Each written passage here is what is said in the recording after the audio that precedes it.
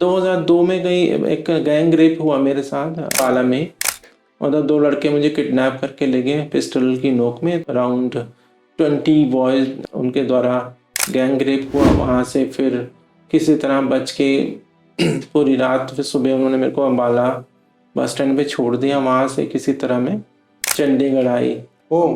सर्दियों का से दिसंबर के टाइम था, तो कमरे में बंद कर दिया क्लासरूम में।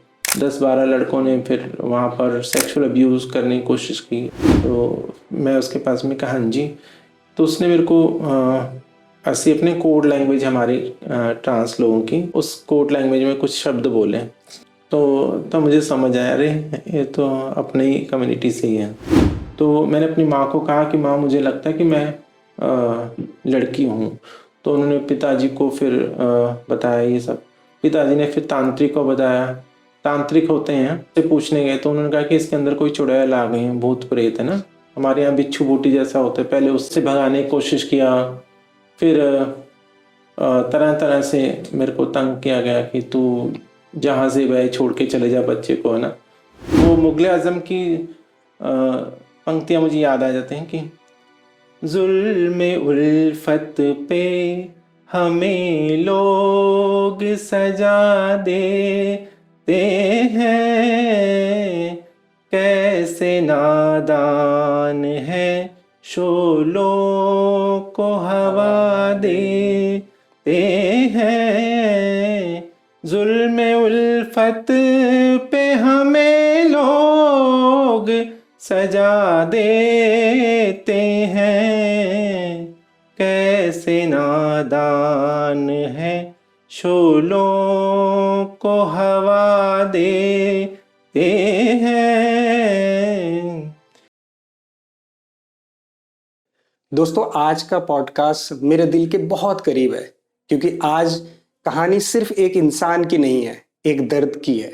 उस दर्द से निकले हिम्मत की है, उस पहचान की है जहां आज भी समाज, दुनिया हमारे टैलेंट की वजह से नहीं, हमारे जेंडर की वजह से हमें जानने की कोशिश करती है, उस पर क्वेश्चन करती है। आज हमारे बीच हैं धनंजय चौहान, जो एक टेडेक्स स्पीकर हैं, जो स्टॉक स्पीकर हैं, लेकिन एक ट्रांसजेंडर हैं। जी हाँ दोस्तों, ट्रांसजेंडर, जिसे आज भी हमारा समाज किन्नर, हिजड़ा या फिर ऐसे गलत गलत शब्दों से पुकारता है, जानता है।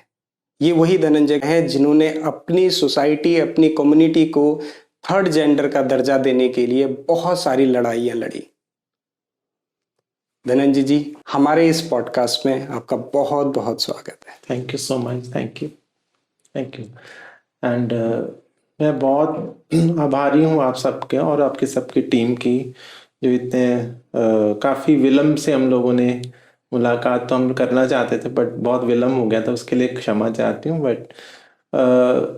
बट आपके माध्यम से समाज को जो एक अवेयरनेस, जो एक जागरूकता है, वो मैं लाना चाहती हूँ।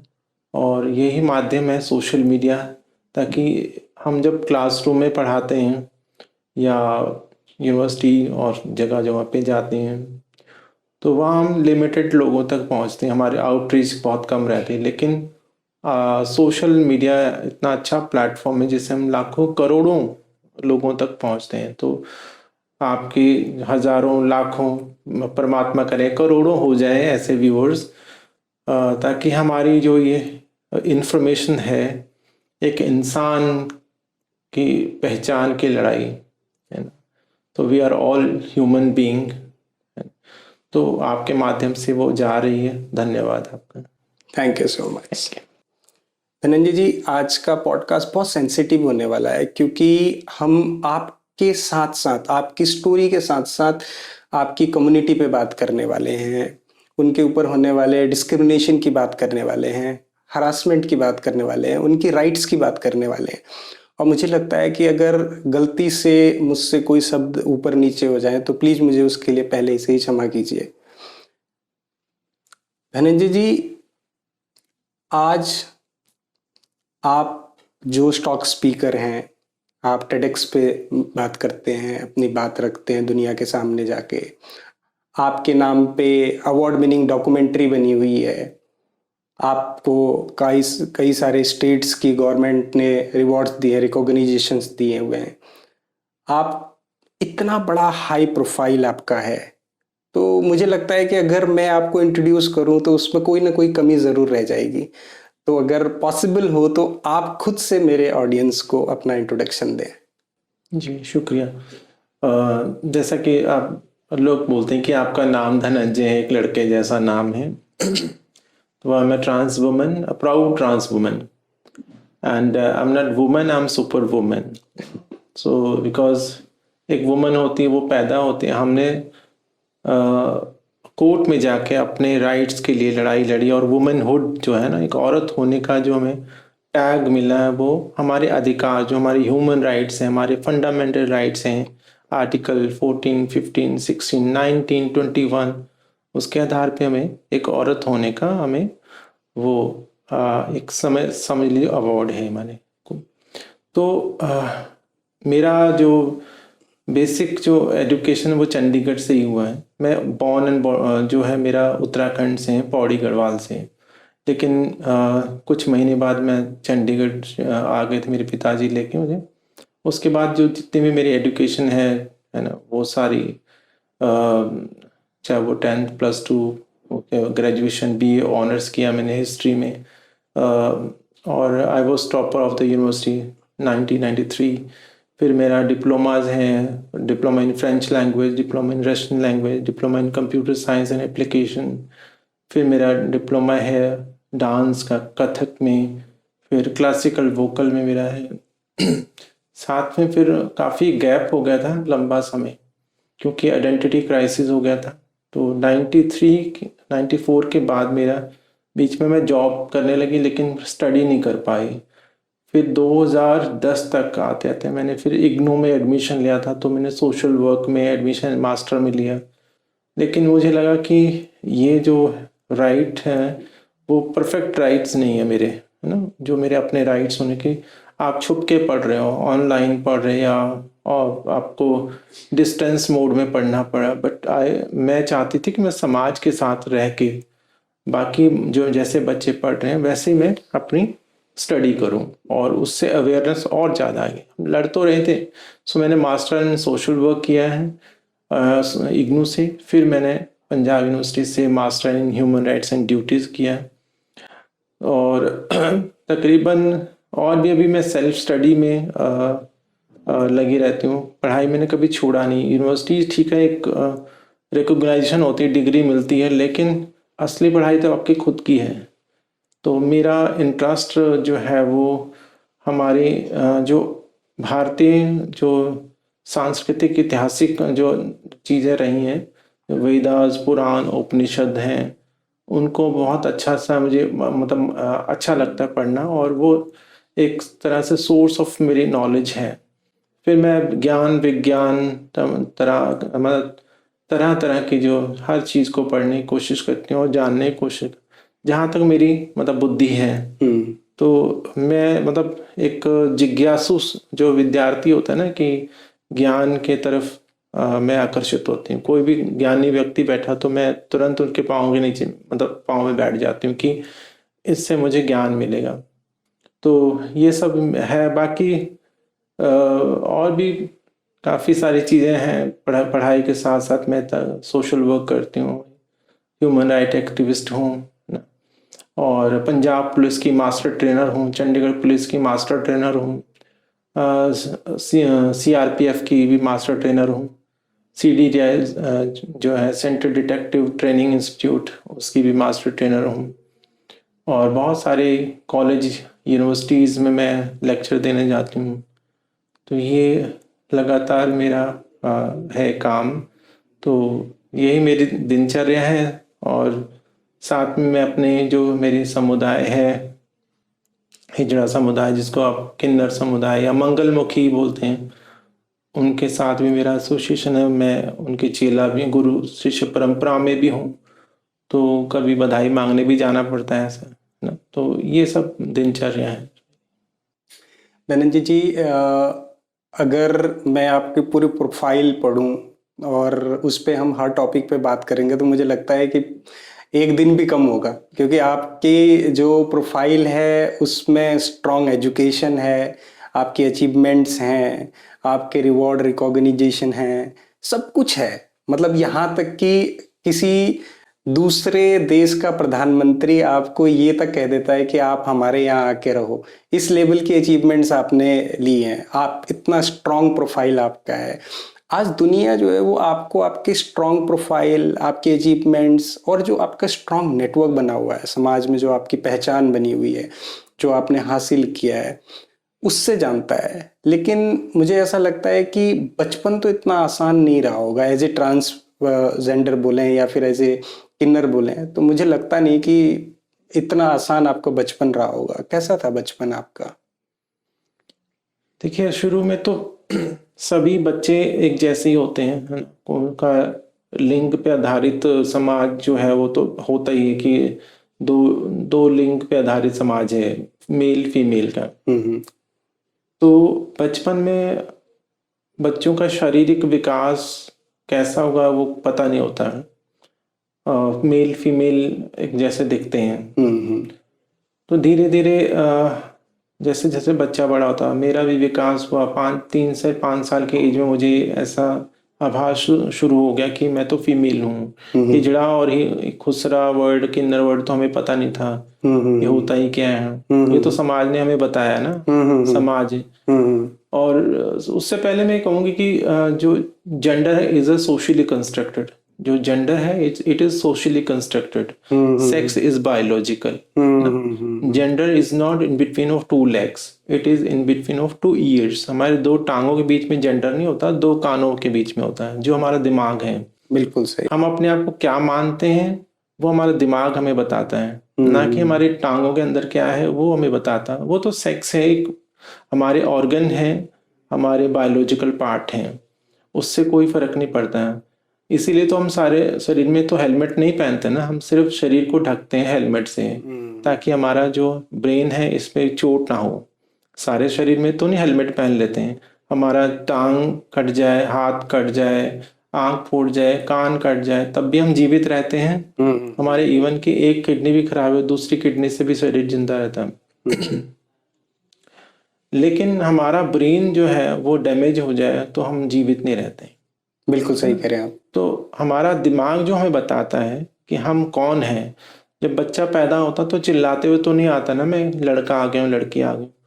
उसका जो नामकरण है, उसका जो जेंडर है, वो कौन डिसाइड करता है? उसके कंसेंट के बिना ही होता है सब कुछ। उससे तो कंसेंट नहीं लिया जाता कि आप कंसेंट फॉर्म भरो और साइन करो कि आपका ये जेंडर लिखा जा रहा है, आप हो कि नहीं हो। तो वो उसको जो जेंडर देता है वो समाज देता है, सोसाइटी, उसके माँ बाप, ये भी समाज का हिस्सा है, डॉक्टर, सब उसका जेंडर डिसाइड करते हैं। जो 3 से 5 साल, 6 साल, 7 साल, ये डिसाइड उसको खुद भी नहीं पता कब ये आभास शुरू हो जाए। मोस्टली बच्चे हैं उनका सेक्स और जेंडर जो मैच कर जाता है ना। लेकिन कुछ बच्चे ऐसे होते हैं जिनका सेक्स और जेंडर मैच नहीं करता है। वो सारी जिंदगी कंफ्यूजन में रहते हैं। अगर उसको एक पड़ाव, एक सहारा, एक सपोर्ट ग्रुप नहीं मिलता है, डॉक्टरों का, माँ बाप का, समाज का सहारा या सपोर्ट नहीं मिलता, तो वो बच्चा सारी जिंदगी उसी कश्मकश में रहता है कि मैं हूं कौन। बिल्कुल सही है। मेरा जेंडर, मेरा दिमाग मुझे ये बता रहा है और मेरा जो सेक्स बायोलॉजिकल पार्ट है वो ये है, तो हूं कौन मैं। ऐसे ही वेद में भी आता ना, अथा तो ब्रह्म जिज्ञासा, ब्रह्म को जानो मैं कौन हूँ। आदि गुरु शंकराचार्य इसी में तो खोज में कि मैं ब्रह्म हूँ, है ना। मैं शरीर नहीं हूँ, मैं तो आत्मा हूँ, मैं ही ब्रह्म हूँ।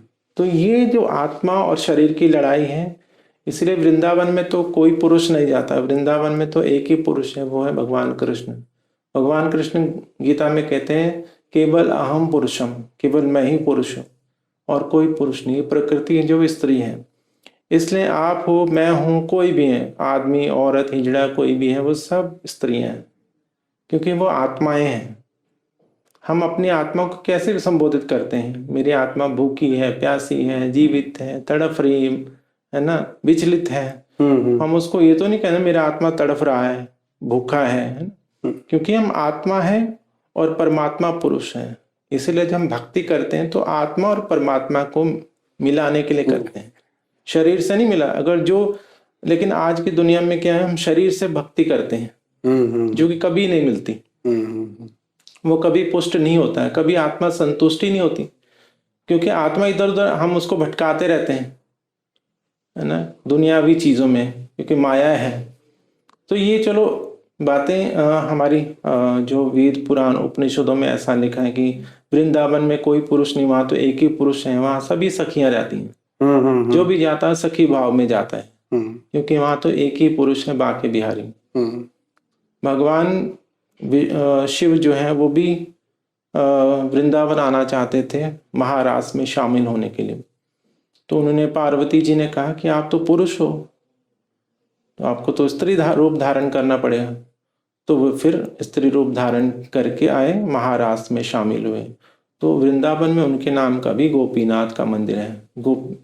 वो वहां पर उनके नथ पहनाई जाती हैं। अच्छा, ऐसे ही हमारे उत्तराखंड में जहाँ पर वो अवतरित हुए थे स्त्री वेश में, सबसे पहले वो गोपेश्वर में हुए थे। हाँ, तो गोपेश्वर में उनके जो मंदिर है उसमें नथ पहनाई जाती है भगवान शिव को। तो ये हमारी संस्कृति है।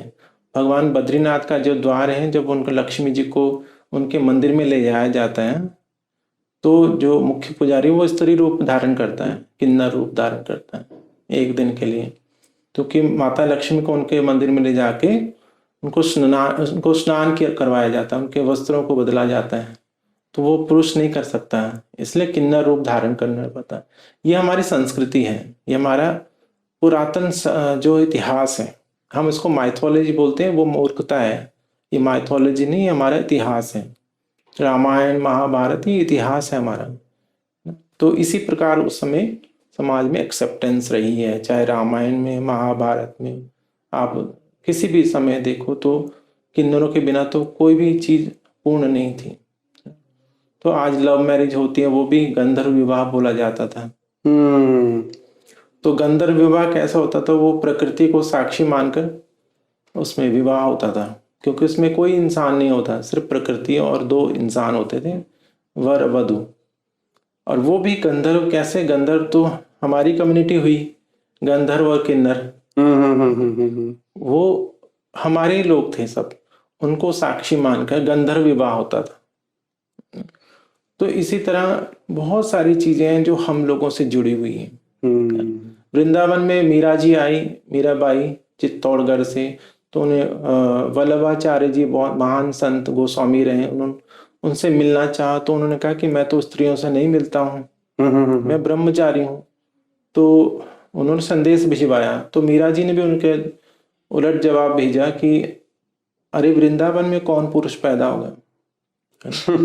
तो जब वल्लभाचार्य जी के पास ये संदेश पहुंचा, तो उन्होंने कहा, वो अपने सिर पटक के उन्होंने कहा कि मैं तो मूर्ख हूँ। वो भागे बाहर आए, उनको याद आया कि भगवान कृष्ण ही केवल पुरुष हैं।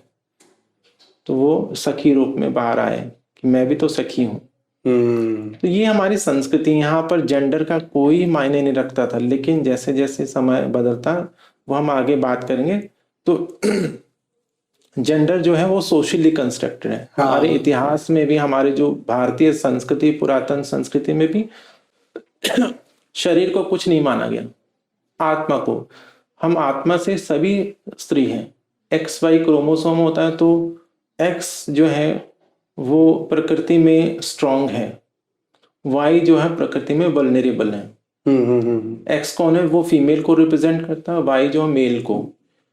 जब वो गर्भ में होता है तो स्ट्रांग होते हैं X, जो शुक्राणु में या एग्स में जो है, प्रकृति में X बहुत स्ट्रांग है, क्योंकि वो दो लोगों के पास है, पुरुष के पास भी है और महिला के पास भी। Y है वो वल्नरेबल है, क्योंकि वो एक के पास है, पुरुष के पास है ना। अगर कोई ऐसी घटना हो जाए, कुछ ना हो पाए, तो वो नहीं होगा Y, लेकिन X तो दोनों के पास ही है, एक के पास नहीं है, दूसरे के पास तो है ही। तो देखिए, नारी जो है वो स्ट्रांग है प्रकृति में, लेकिन जैसे वो दुनिया में आते हैं, जीव रूप में बाहर आते हैं, तो फिर पुरुष जो है वो स्ट्रांग हो जाता है, और जो नारी है वो वल्नरेबल हो जाती है। तो ये हमारे समाज का एक इसी तरह जेंडर भी डिसाइड हुए, पेट्रियार्की, मर्द सत्ता आई जिसमें पुरुष को काफ़ी स्ट्रांग कर दिया गया।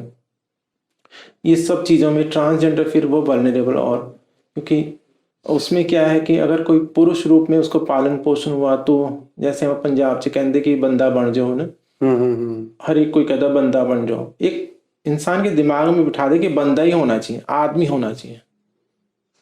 हमारे जो कपड़े हैं ये भी सुपीरियर इंफीरियर होते हैं। मर्द के कपड़ों को सुपीरियर माना जाता है और जो महिलाओं के कपड़ों को इंफीरियर माना जाता है। मर्द के कपड़े अगर दो पुरुष के कपड़ों को अगर महिला पहने तो कोई कुछ नहीं बोलेगा, वह उसके छोटे बाल कर ले, मतलब बॉय कट कर ले, पैंट शर्ट पहन ले, कोई कुछ नहीं कहेगा, है। लेकिन महिलाओं के कपड़ों को अगर पुरुष पहन ले तो लोगों के दिमाग ठनक जाते हैं, उनकी आंखें खुल जाती हैं, अरे ये क्या हो गया, ये तो तुम हिजड़ा हो, तुम किन्नर हो, तुम क्या हो, मतलब दिमाग खराब हो गया। तो ये जो कपड़ों का भी बड़ा टैगिंग होती है। सो ये समाज की रूपरेखा ऐसी बनती गई, ऐसे में इसमें से हमारे को किस तरह से निकाल के बाहर फेंका गया, ये तो लंबी कहानी है। सो जो जेंडर के पर बात कर रहे थे कि मेरा तो जन्म ऐसे ही आप जैसे लोगों की तरह ही हुआ है, धीरे धीरे जैसे बड़े होते गए तो समझ आना शुरू हुआ कि मैं वो नहीं हूँ जो दुनिया समझ रही है। तो 5 साल की एज में मेरा मुंडन हुआ तो मुंडन भी नहीं करवाने दिया मैंने सोचा कि मैं तो लड़की हूँ और लड़का नहीं हूँ, बट फैमिली वाले प्रेशराइज करते थे कि तुम लड़का ही हो, और मैं अपने आप को लड़की मानती। तो ये जब मेरा बाल भी काटे गए, है ना, कपड़े मैंने फीमेल के पहनाए उन्होंने मुझे। फिर 7 साल की एज में मुझे काफ़ी स्ट्रांग फीलिंग शुरू हो गया कि मैं तो लड़की हूँ, और एक अंदर से एक ना एंग्जाइटी डिप्रेशन जैसा रहता था कि आप ये लोग क्यों मानते हैं मुझे लड़का, मैं तो लड़का नहीं हूँ। तो मैंने अपनी माँ को कहा कि माँ मुझे लगता है कि मैं लड़की हूँ। तो उन्होंने पिताजी को फिर बताया ये सब, पिताजी ने फिर तांत्रिक को बताया। तांत्रिक से हमारे जैसे उत्तराखंड में बोलते हैं ना कि जो तांत्रिक होते हैं उनसे पूछने गए तो उन्होंने कहा कि इसके अंदर कोई चुड़ैल आ गई है, भूत प्रेत है ना। तो वो फिर झाड़ फूक, आपको पता है उत्तराखंड में होता है, तांत्रिक पूजा होती है, सब चीज़ें। तो हमारे यहाँ बिच्छू बूटी जैसा होता है, पहले उससे भगाने की कोशिश किया। फिर तरह तरह से मेरे को तंग किया गया कि तू जहाँ से वह छोड़ के चले जा बच्चे को, है ना। लास्ट में उन्होंने वो गांव में सरिये जैसे होते हैं, गुल जैसे, चिमटा टाइप, हाँ, वो गर्म करके उन्होंने मेरे को मारना शुरू कर दिया। तो तब फिर जब दर्द होना शुरू गया, छाले पड़ गए, तो तब मैंने कहा कि ठीक है आप जैसे बोलोगे मैं वैसे ही करूँगी, लेकिन मुझे छोड़ दो। तो तांत्रिक ने कहा कि अब इसके अंदर से कोई चुड़ैल थी तो वो चली गई है ना, तो अब ये ठीक हो गया बच्चा। लेकिन वो ठीक होने वाली बात नहीं थी। बात ये थी कि उस समय इतना अवेयरनेस नहीं थी, लोगों को ये अंधविश्वासों में जकड़ रखा था। अभी भी हजारों लाखों करोड़ों लोग जो हैं माँ बाप वो मानने को तैयार नहीं उनका बच्चा ट्रांसजेंडर है, अभी भी वो कन्वर्जन थेरेपी करवाते हैं। तो तब फिर मैं उसके बाद जब ये सब घटना हुई, छाले भी पड़े शरीर में, बहुत दिक्कतें हुई, और पेरेंट्स को बताना फिर मुश्किल हो गया। पेरेंट्स को क्योंकि सबसे पहले तो माँ बाप को बताया जाता है या टीचर्स को बताया जाता है, उन सब जगहों पे रास्ते बंद हो गए। फिर अंदर ही अंदर घुटना शुरू हो गए, एंग्जाइटी, डिप्रेशन, ये सब, जेंडर डिस्फोरिया, ये सब जैसे होते हैं, मेंटल हेल्थ मेरा बहुत डामाडोल हो गया। तो 9th-10th में आके काफ़ी प्रॉब्लम शुरू हो गई मेरे को। जैसा मैं अपने आप को देखती थी शीशे में वैसा मैं थी नहीं, समाज जैसा देखना चाहते थे वैसा मैं हो नहीं सकती थी। तो तरह तरह से मेंटली बहुत ज़्यादा, जो मेरा ध्यान पढ़ाई में होना चाहिए था वो मेरा इसी तरफ रहता था कि मैं कब औरत हो जाऊं, कब मैं फुल फ्लेज मुझे ये सब अधिकार मिल जाए कि मैं अपनी तरह जीवन जी सकूं ना। आप लोग सोचते होंगे कि कोई इंजीनियर बनना चाहता, कोई किसी चीज़ में कोई आईपीएस बनना चाहता हो, कोई आईएएस ऑफिसर बनना चाहता है, कोई कुछ बनना चाहता हो, ट्रांसजेंडर बच्चे हमेशा बचपन से ही सोचते हैं कि वो या तो जैसा वो सोचते हैं, जैसे मैं अपने आप को लड़की मानती तो मैं सोचती हूँ कब मैं लड़की बनूंगी, कब मुझे ऐसा लगे कि मैं अब लड़की हूँ। उसके बाद जो बनना बनेंगे, डॉक्टर बने, इंजीनियर, लेकिन पहले अपने आप को तो पालें। जो मैं हूँ, मेरा जेंडर अलाइन, जैसे इसको सेक्स और जेंडर है मिसमैच हो रखा है, इसको मैच करने के लिए कोई मौका तो मिले, कोई ऐसी चीज हो। उस समय इतना अवेयरनेस नहीं थी 70s 80s में, तो अपने आप घुटते रहे। सुसाइड का टाइम आया तो मैंने कमरे में बंद होकर अपने आप को पंखे में लटकाने की कोशिश की, तो माँ ने देखा, उन्होंने रिक्वेस्ट की, बेटा बहुत इमोशनल ब्लैकमेलिंग भी होती है ना, तो उन्होंने कहा कि तुम क्यों मर रहे हो ना, समाज तो तुम्हें ऐसे ही देखेगा। अगर जब तक तुम अपने आप को स्ट्रांग नहीं करो, पढ़ाई लिखाई करो, जॉब करो, फिर देख लेना जो भी होगा, अपने जो तुम्हें करना कर लेना, लेकिन अभी तुम अब पढ़ाई लिखाई करो, है ना, पढ़ाई की तरफ ध्यान दो, मैं तुम्हारे साथ हूँ। और दूसरा, अगर तुम अनपढ़ रह गए तो तुम कुछ भी नहीं कर पाओगे, तुम्हारा साथ देने वाला कोई भी नहीं रहेगा, तुम्हारे जेब में पैसे रहेंगे तो सब लोग तुम्हारे साथ रहेंगे। तो वो सोच के फिर मैं आगे फिर पढ़ना शुरू किया। मैंने +1 +2 भी किया, अच्छे मार्क्स आने शुरू, फिर ग्रेजुएशन किया, टॉपर भी बनी। 93 में मैंने फिर जब ग्रेजुएशन कंप्लीट हुआ, फिर मैंने मास्टर में एडमिशन लिया, MA हिस्ट्री में। तो उस समय पढ़ने नहीं दिया, बच्चों ने काफ़ी तंग किया मुझे, बुलिंग हैरासमेंट, बच्चों ने मुझे बाहर सुबह सुबह जब क्लास लगाने गई तो पंजाब यूनिवर्सिटी की बात है, हिस्ट्री डिपार्टमेंट में, तो उन्होंने मेरे को खींच के बाहर झाड़ियों में लेके गए, मेरे कपड़े फाड़ दिए, मुझे देखना चाहते थे किसके शरीर में क्या है। तो इस तरह के बुली हैरेसमेंट अब्यूज़ हुए। तो फिर मैंने छोड़ दिया स्टडी। उसके बाद फिर अगेन मैंने सोचा एक बार और मैं कोशिश करते हैं पढ़ने की ना, तो मैंने लॉ में एडमिशन लिया, LLB फर्स्ट सेमेस्टर। वहाँ पर भी सेम ऐसे ही हुए, कमरे में बंद कर दिया लड़कों ने। सर्दियों का से दिसंबर के टाइम था, तो कमरे में बंद कर दिया, क्लासरूम में 10-12 लड़कों ने फिर वहाँ पर सेक्सुअल अब्यूज़ करने की कोशिश की, बुली हैरेसमेंट, मारा पीटा सब। तो एक लड़का था उसमें से, उसने कहा कि भाई इस छोड़ दो इसको, मतलब हिजड़ा बंदा, तो कहीं बददुआ ना लग जाए, ऐसा कुछ करके उसने मेरे को बाहर निकाल दिया। भाई 15-20 मिनट का ही मतलब था उसमें। तो ऐसे दबंग लोगों के कारण फिर मैं नहीं पढ़ पाई आगे। फिर स्टडी का मन था, लेकिन फिर डर के मारे नहीं कर पाए। फिर जॉब भी करते रहे, काफ़ी सारी चीज़ें होती रही, लेकिन ज़िंदगी में हम आगे नहीं बढ़ पाए। एक तो एक्सेप्टेंस नहीं थी, खुद की एक्सेप्टेंस नहीं, सबसे पहले खुद को एक्सेप्ट नहीं कर पा रहे थे कि मैं हूँ कौन, मेरा वजूद क्या है। ट्रांसजेंडर वाला कंसेप्ट मेरे दिमाग में नहीं था कि मैं ट्रांसजेंडर हूँ। ये वर्ड मेरे मतलब हमें आप सुनाई दिया है ये 15-20 साल से, उससे पहले हमें नहीं पता था कि ट्रांसजेंडर कौन होते हैं, है ना। या तो फिर हिजड़ा किन्नरी या खुसरा ही वर्ड होता था। फिर वो सोचते हैं ये भी तो मैं नहीं हूँ, और मैं औरत हूँ, लेकिन औरत माने कौन, कोई भी नहीं मानने को तैयार है।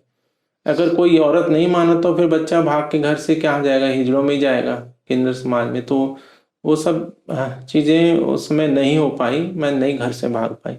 बीच बीच में जाती थी, फिर घर आ जाती थी, क्योंकि दुनिया की हकीकत तो सामने आ जाती है, बाहर तो भीख ही मांगना पड़ेगा, सर्द रातों में कहाँ जाते हैं। तो पढ़ाई छूट गई, जॉब करते रहे बीच में, फिर वो भी छूटती रही। फिर 2002 में कहीं एक गैंग रेप हुआ मेरे साथ अम्बाला में। मतलब 2 लड़के मुझे किडनैप करके ले गए पिस्टल की नोक में। तो वहाँ जाके मतलब अराउंड 20 बॉयज उनके साथ, उनके द्वारा गैंग रेप हुआ। वहाँ से फिर किसी तरह बच के पूरी रात, फिर सुबह उन्होंने मेरे को अम्बाला बस स्टैंड पे छोड़ दिया। वहाँ से किसी तरह मैं चंडीगढ़ आई। फिर वहाँ पर मैं पुलिस स्टेशन में भी गई, पुलिस ने मेरी कंप्लेंट नहीं लिखी और मजाक बना के ऐसी इकट्ठे होकर मजाक करते रहे मुझे। तो वहाँ से भी निकली, तो सोचा कि अब तो मतलब समाज में रहने का कोई फ़ायदा नहीं। और जब भी मतलब लेटती थी, सोती थी, तो रात को ऐसे ही वही ख्वाब दोबारा आ जाते थे, वही लोग 20 लड़के ऐसे सपने में, मतलब जैसे कोई खाने को आता है ना, ऐसे टूट पड़ते थे। तो फिर नींद खुलती थी तो और बहुत परेशानी हो जाती थी, ऐसे डिप्रेशन जैसा हो जाता था। लगता था कि मुझे ये सब सजा क्यों मिल रही है, उन लोगों को तो कोई सजा मिलने वाली नहीं है, इस दुनिया में रह के कोई फायदा भी नहीं है। तो मैं घर से भाग गई, घर से भाग के मरने के लिए कि अब मुझे जिंदा नहीं रहना। अच्छा। तो पास में ही जंगल है हमारे घर के पास, तो वहां पर रात को निकल गई, तो ऐसे ही पेड़ के नीचे बैठी है, सोचना अब तो मरना ही है मुझे, है ना। तो मैं सारा एक ना पूरी रिकॉल कर रही थी अपनी पुरानी जिंदगी को, पूरा कैसे मैंने सारा जिंदगी में फेस किया है, स्टडी किया, इतना कुछ होने के बावजूद, लेकिन कुछ मिला नहीं, है ना। सब जगह दरवाजे बंद रहे।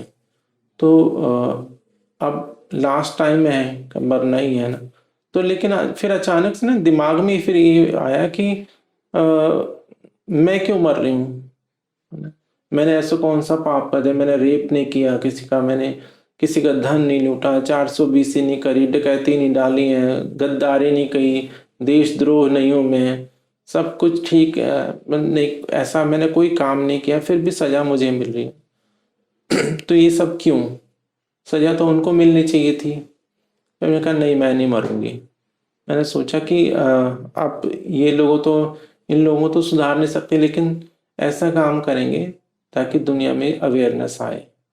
फिर मैं घर गई, घर जाके फिर सोचने लगी भी किस तरह से करा जाए अवेयरनेस, कोई समझ तो थी नहीं। एक इंसान सोच तो लेता लेकिन करे कैसे, उसको काम को कैसे आगे बढ़ाए। तो कहते हैं ना, जहाँ चाह वहाँ राह भी है। अगर आपने सोच लिया तो कहीं ना कहीं रास्ता निकल जाता। बिल्कुल तो सही। कई दिनों महीनों तक मैं ऐसे ही भटकती रही। तो अचानक एक व्यक्ति मैं बस स्टैंड सेक्टर 17 में ऐसी भटक रही थी। तो सुबह सुबह की बात है, एक इंसान, एक मतलब व्यक्ति सोया हुआ था, एक क्विल्ट होती है ना उसके अंदर, ठंड के अंदर, हाँ। ठंड के मारे बचने के लिए। तो सिर्फ मुंह बाहर निकला था। तो मैं ऐसे ही ऐसा तो हल्का फुल्का डिप्रेशन तो था ही, दिमाग ऐसे काम करता नहीं है ना। तो वो मेरे तरफ देखी जा रहा है, तो मैं उसकी तरफ देखा, मैं क्या ये मुझे क्यों देख रहा है। फिर थोड़ी देर बाद देखा, चक्कर लगा के फिर आई, तो फिर उसने तय मार के अपने रखा, बैठ गया। तो उसने मुझे स्माइल किया। तो मैंने कहा पता नहीं क्या बात है। तो मैं उसके पास में कहा हाँ जी। तो उसने मेरे को ऐसे अपने कोड लैंग्वेज, हमारी ट्रांस लोगों की, अच्छा। उस कोड लैंग्वेज में कुछ शब्द बोले। तो मुझे समझ आया, अरे ये तो अपने ही कम्युनिटी से ही है। तो उसने कहा बैठ जाओ। तो मैं बैठ के, हम लोग फिर ऐसी बातें करते हैं। उसने अपने बारे में तब बताया, मैं भी कम्युनिटी से हूँ। तो हम लोग चाय पीने का, ऐसे ही जो सड़क के किनारे होते ना पेड़ के नीचे, वहाँ चले गए सेक्टर 17 में। वहाँ चाय पीते पीते हम लोग फिर बातें करने, उसने अपनी स्टोरी बताई कि मुझे भी घर से निकाल दिया है। तो मैं अभी कई दिन से ऐसे ही बस स्टैंड पे इधर उधर, पहले दिल्ली में, फिर अब चंडीगढ़ में भटक रही हूँ ऐसे ही। तो फिर उसने सारी स्टोरी बताई, ऐसे ऐसे मेरे साथ हुआ। मैंने भी बताया। फिर मैंने बताया कि यार ऐसा तो चलेगा नहीं, हमें तो अवेयरनेस करनी चाहिए, तो कब तक चलेगा ऐसे। तो 2002-3 की बात हो गई।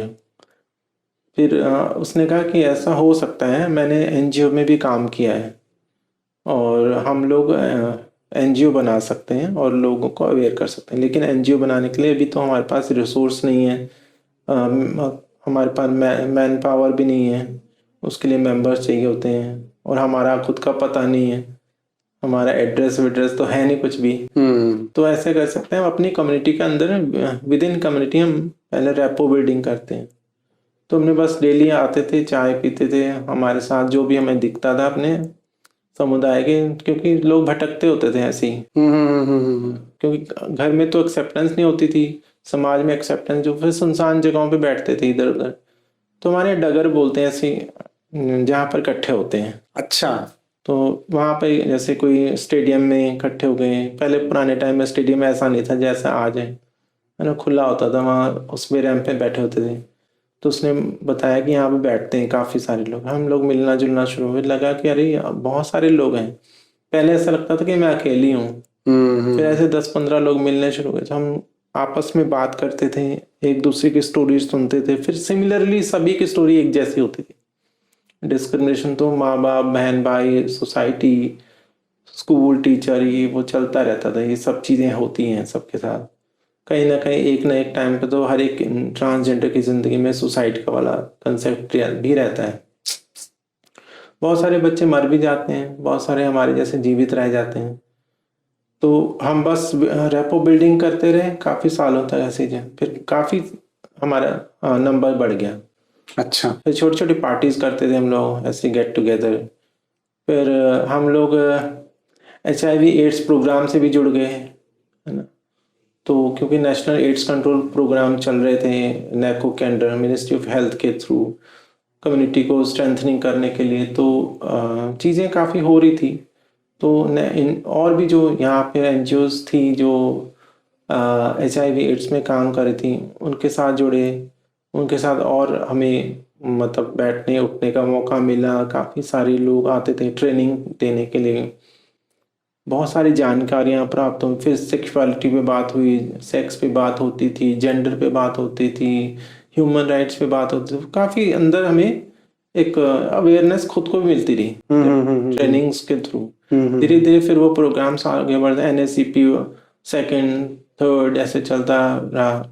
अभी NSCP 5 चल रहा, तो अब 6 भी शुरू होगा 2026 में। तो इस तरह की ये प्रोग्राम्स 5-5 साल का आगे गवर्नमेंट ऑफ इंडिया का चलता रहता है। उसी में कम्युनिटी को स्ट्रेंथनिंग करने के भी रहता है कि कैसे कम्युनिटी, तो उसी के साथ हम जुड़ते रहे। तो काफ़ी सारी चीज़ें में 2009 में हमने NGO बना लिया।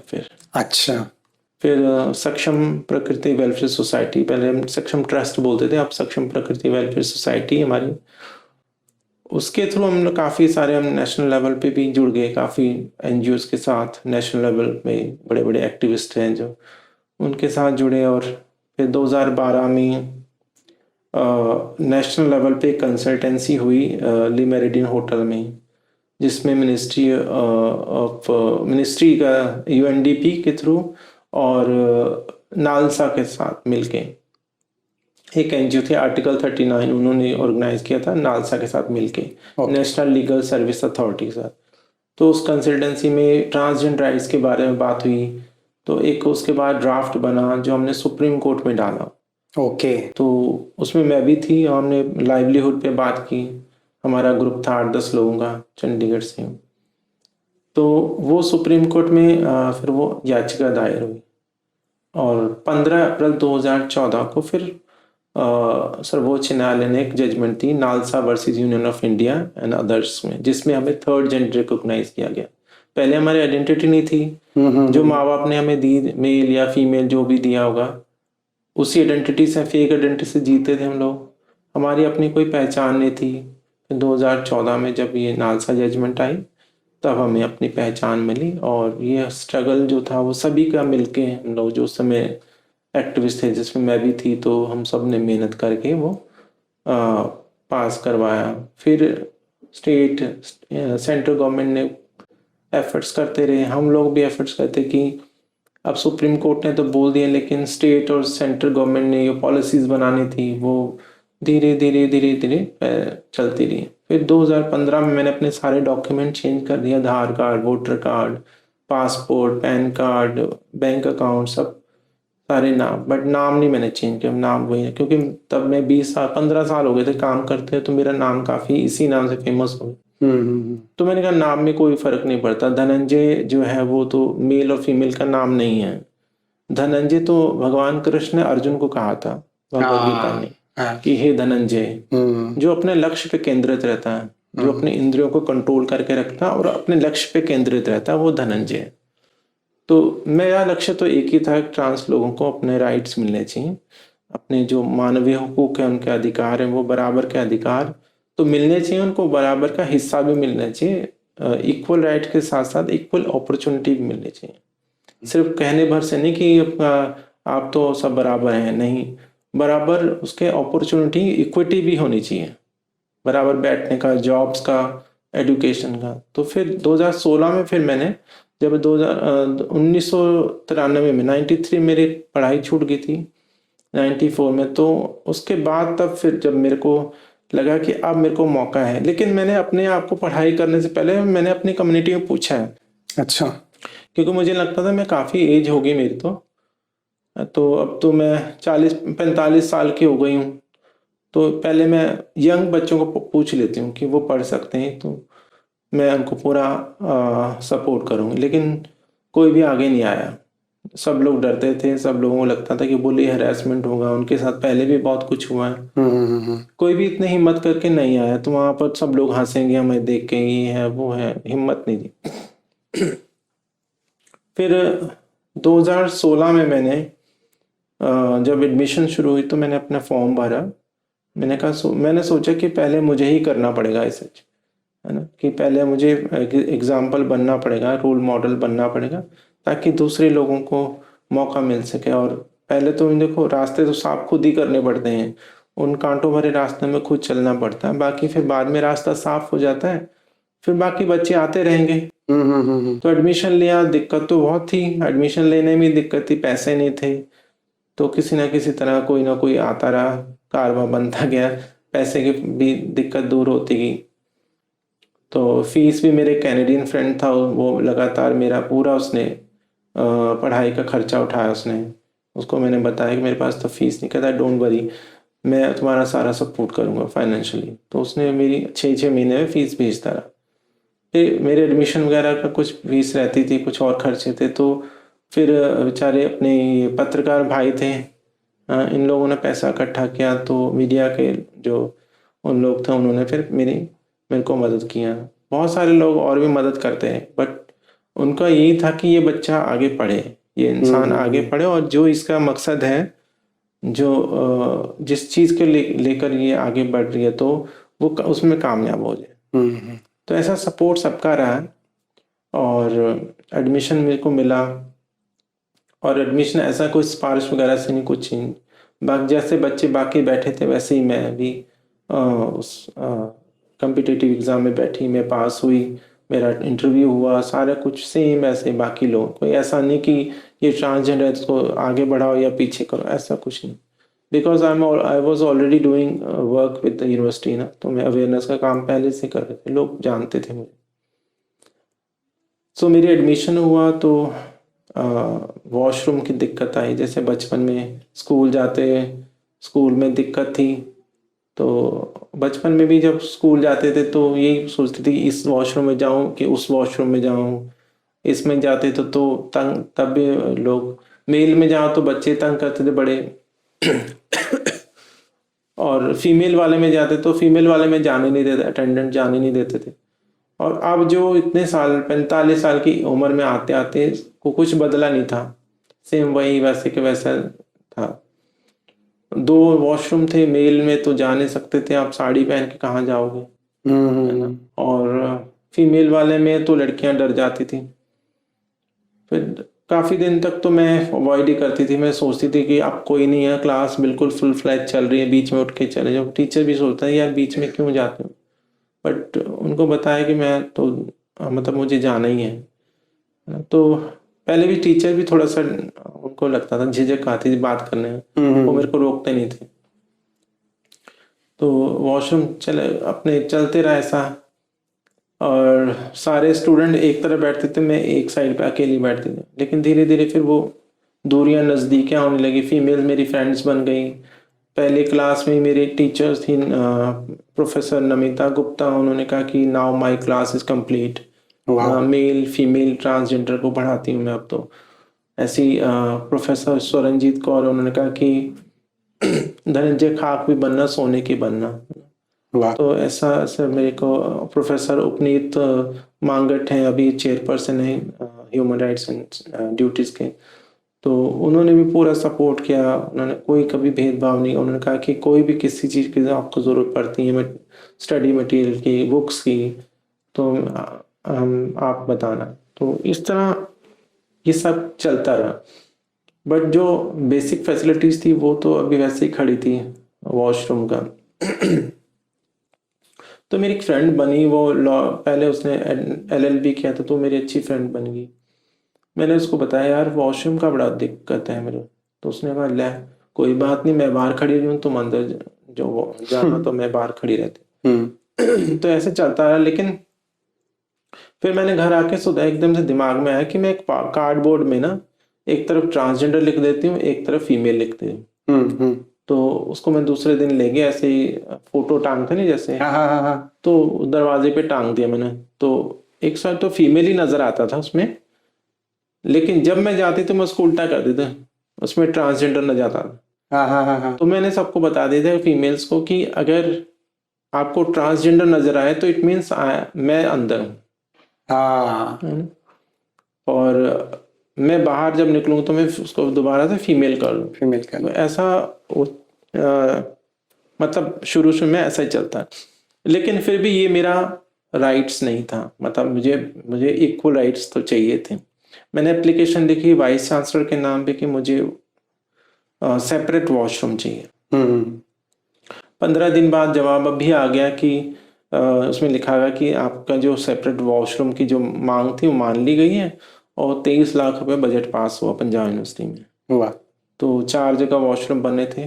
तो सबसे पहले तो हमने कहा कि स्टूडेंट सेंटर में जो पब्लिक प्लेसेस हैं वहाँ पे बनवाइए, ताकि विजिबिलिटी रहे, लोग देखें कि हाँ यहाँ ट्रांसजेंडर पढ़ते हैं। क्लासरूम में तो ये है कि जब तक वो बना है, साल लग गया था, तब तक मेरी ऑलरेडी इतना अच्छी फ्रेंडशिप हो गई थी, मुझे किसी को पूछने, वो कार्डबोर्ड भी हटा दिया था, तब किसी की जरूरत भी नहीं पड़ी।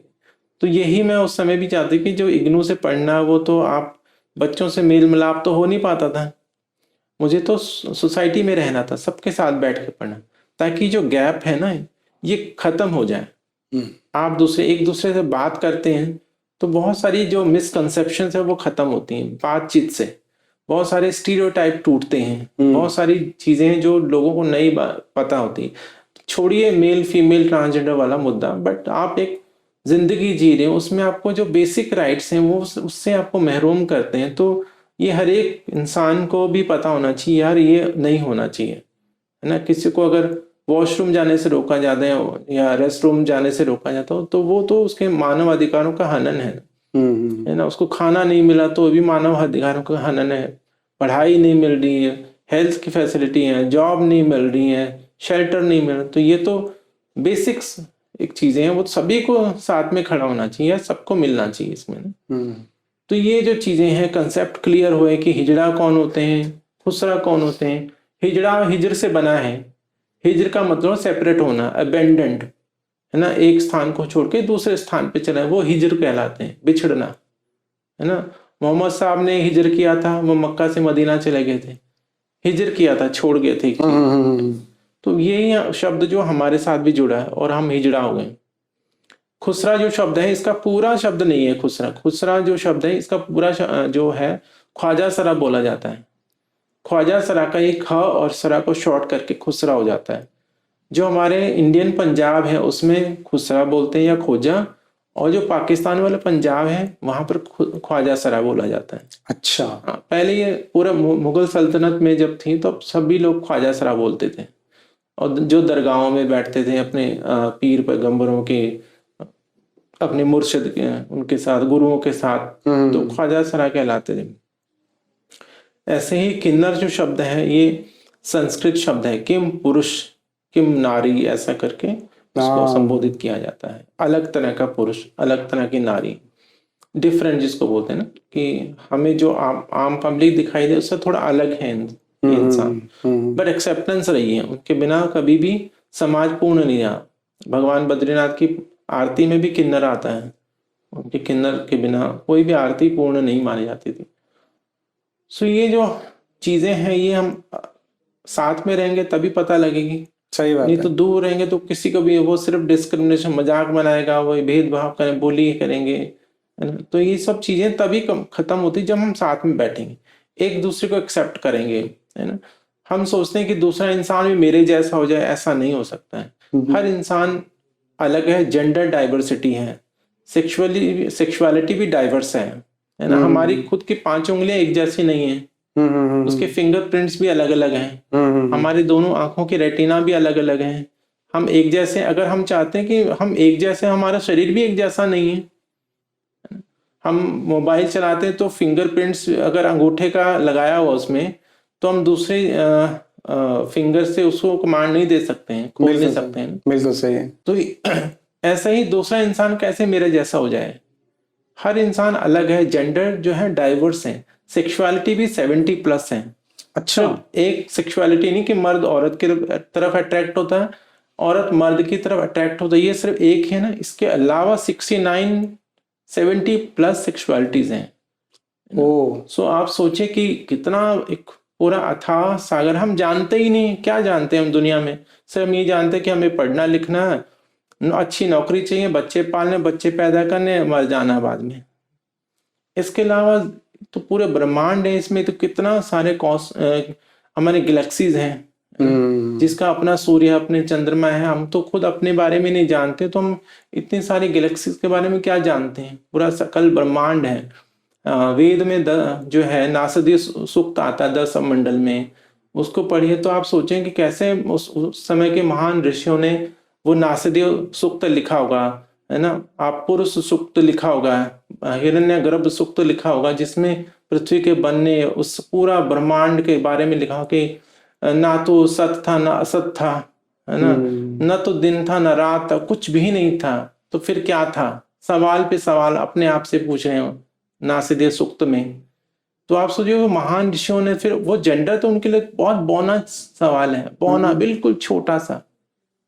हम बिल्कुल छोटी चीज को पकड़ के बैठे हैं, इससे बड़ी तो पूरा हमारे पास सकल ब्रह्मांड है, असंख्य लोग हैं, हम वो जान ही नहीं पाएंगे। हम तो पृथ्वी के बारे में नहीं जानते कि कितनी सारी स्पीशीज हैं। हम ये नहीं जानते कि जेंडर जो है सिर्फ इंसान चेंज नहीं करता, जानवर भी चेंज करते हैं। एक ब्लू ईल है, आप गूगल में सर्च करना, ब्लू ईल फिश होती, लंबी सांप जैसी। पैदा वो मेल होती हैं, लेकिन वो ट्रांजिशन करके फीमेल हो जाती है बाद में।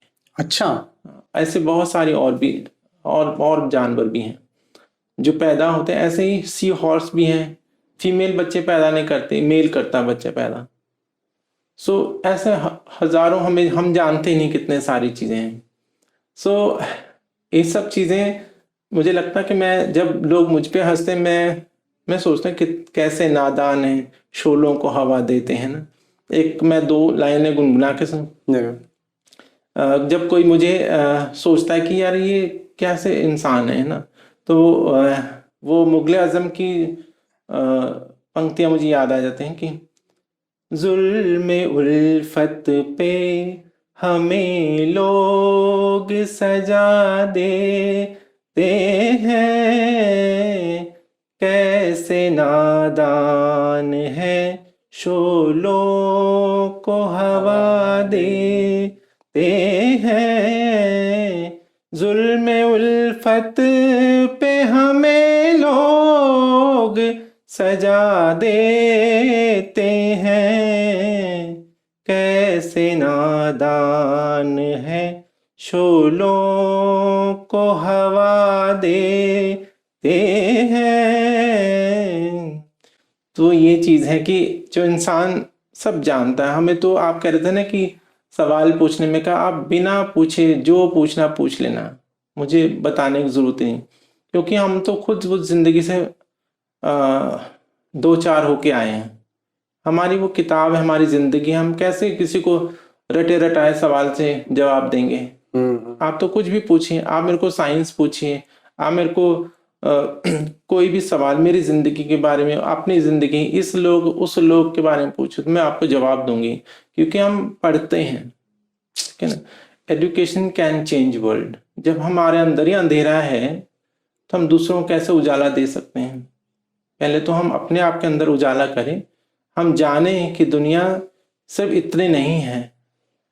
एक कुएं का मेंढक था ना, उसमें समुद्र का मेंढक आ जाता तो कुएं का मेंढक पूछता, भैया समुद्र कितना बड़ा है, इतना बड़ा है, कितना नहीं और बड़ा है। वो कितना करते करते दीवार तक सटक जाता है कि इतना बड़ा है, तो उसको नहीं बता पाता है कि समुद्र तो इससे अथाह गुना बड़ा है ना। तो हम किसको क्या बताएंगे, क्या जेंडर, ये तो महसूस करने वाली बात। जिंदगी में हम बच्चों को भी बोलते हैं कि आप जो सब जानवर जो है ना, जो हमारे एनिमल्स हैं, प्रकृति है, वो कभी हमसे नफरत नहीं करती, कोई डिस्क्रिमिनेशन नहीं करता। उसमें एक ही चीज है, वो है प्राणी, इंसान जो डिस्क्रिमिनेशन करता है। मोटा गोरा काला छोटा बड़ा ये वो इधर का उधर का। तो ये सब चीजें किसने इंसान करता। जानवर में अगर हमारे घर में डॉग है वो तो कभी नहीं पूछता कि आप ट्रांसजेंडर हो, है ना। तो ये सब चीजें इंसान ही करता है। और हमें हमारे अंदर जो अवेयरनेस नहीं वो सिर्फ एजुकेशन सिस्टम के कारण है।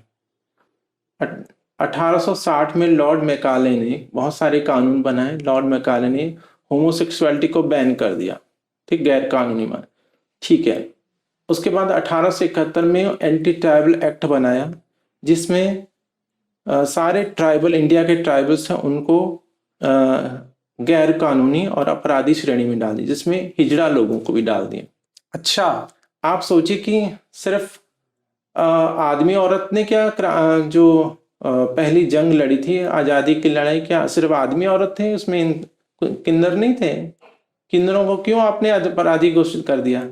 क्योंकि वो गुरिल्ला युद्ध में साथ देते हैं। ट्राइबल को क्यों उन्होंने अपराधी घोषित? क्योंकि वो गुरिल्ला युद्ध पद्धति, जैसे छत्तीसगढ़ में या महाराष्ट्र में कहीं भी जो आदिवासी लोग थे वो अटैक करते थे एकदम से जंगलों में से आके। ऐसे ही किन्नर लोग भी जब मुगल दरबारों में उनकी पेंशन मिलती थी, महारानियों के साथ वो रहते थे, मुगल दरबारों में हरम के रखवाले थे। आप सोचिए अलाउद्दीन खिलजी का जो सेनापति मलिक काफर हिजड़ा था वो सेनापति था, वही कोहिनूर हीरा लेके आया था। उसकी मैं स्टोरी बताऊंगी, कोहिनूर कैसे वो लेके आया। एक हिजड़ा कैसे स्लेव डायनेस्टी को ऊपर उठाते हैं फिर नीचे गिरा देते हैं। कौन राजा बनेगा कौन नहीं बनेगा वो हिजड़ा डिसाइड करते थे। अच्छा, फिर काफी सारी आए, खिलजी वंश, उसके बाद स्लेव डायनेस्टी है, और भी तुगलक वंश है, उसका मुगल आए। मुगलों ने हमें अच्छी जगह पे बिठाया और 1857 में अंग्रेजों ने वो सारा खत्म करके अंग्रेजी सल्तनत में मिला दिया। और हमें जो जितने क्रांतिकारी थे, है ना, उन सबको जेलों में भेज दिया। ट्राइबल्स को अपराधी श्रेणी में डाल दिया। किन्नरों की पेंशनें बंद हो गई। उन्होंने जो वहाँ के जो अंग्रेजों की सेना थी उनसे साथ मिलके उनको लुभा के उनको अपनी बातों में बहला फुसला के एक जैसे आपने सुना होगा ना कि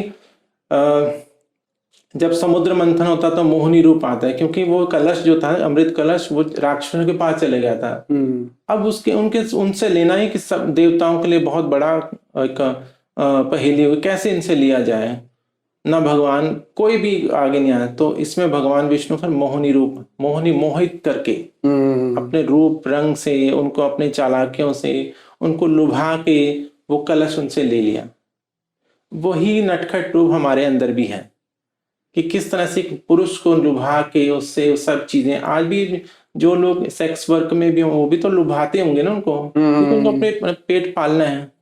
आप किसी की जेब से पैसा निकलवाना है, चाहे वो कैसा भी गंदा काम करे अच्छा करे, मैं नहीं जानती वो अच्छा है बुरा है क्या नहीं, वो तो जो आते हैं जब उनको नहीं बुरा लगता तो उनको क्या बुरा लगे।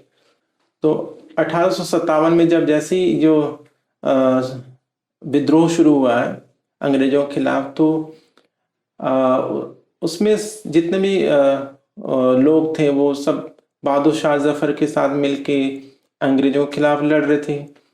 तो अब किन्नर जो लोग थे उनका क्या था कि वो पहले मुगल दरबारों में पेंशन लेते थे, राज दरबारों में, तो वहां से उनको हटा दिया गया, सब पेंशनें बंद हो गई। ऐसे अगर किसी को जैसे कोई किसी फैक्ट्री में काम करे, अगर वो फैक्ट्री बंद हो उनकी पेंशन, तो वो क्या करेंगे, धरना देंगे, उनके सारे जमा पूंजी अब वो कहाँ। ऐसे ही जो किन्नर लोग थे उन्होंने भी बगावत कर दी, स्वतंत्रता संग्राम के साथ उन्होंने साथ दिया।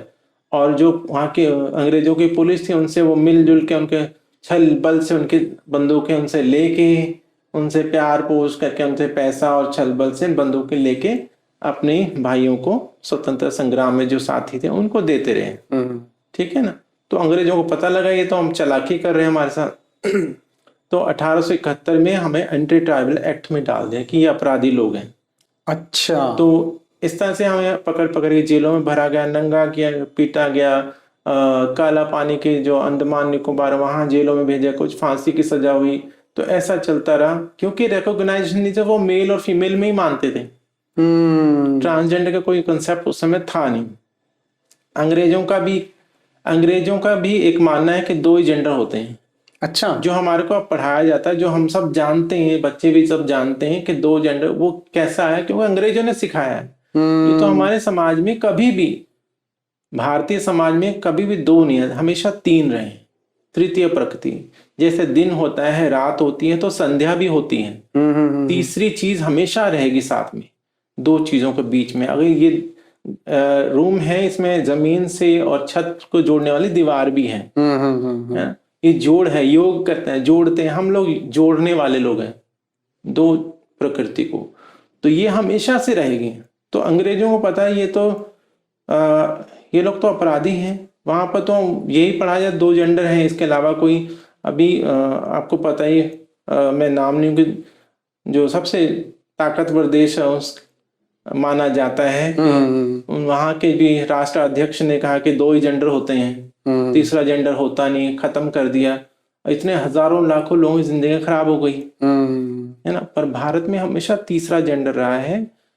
और वेदों, पुराणों, उपनिषदों में हमेशा ऐसे, खजुराहो मंदिर भी ऐसे थोड़ी बन गए हैं, है ना। हमारे लिंगराज जैसे उड़ीसा में जितने भी मंदिर हैं, या हमारे मध्य प्रदेश में मंदिर हैं, या आप उत्तराखंड में भी जाओ, है ना, वराह देवी का मंदिर है, तो वहां पर भी ये जो मूर्तियां बनी हैं, ये इस सेक्सुअलिटी और जेंडर को लेके, तो ये तब से ही पढ़ाया जा रहा है, या जानते हैं लोग, उसको उन्होंने कभी अनदेखा नहीं किया। लेकिन अंग्रेजों ने इसको गलत माना है, ये गलत है ना। फॉरेन कंट्री में क्या, वेस्टर्न कंट्री में वहां पर सिन बेस्ड कल्चर है, पाप मानते हैं।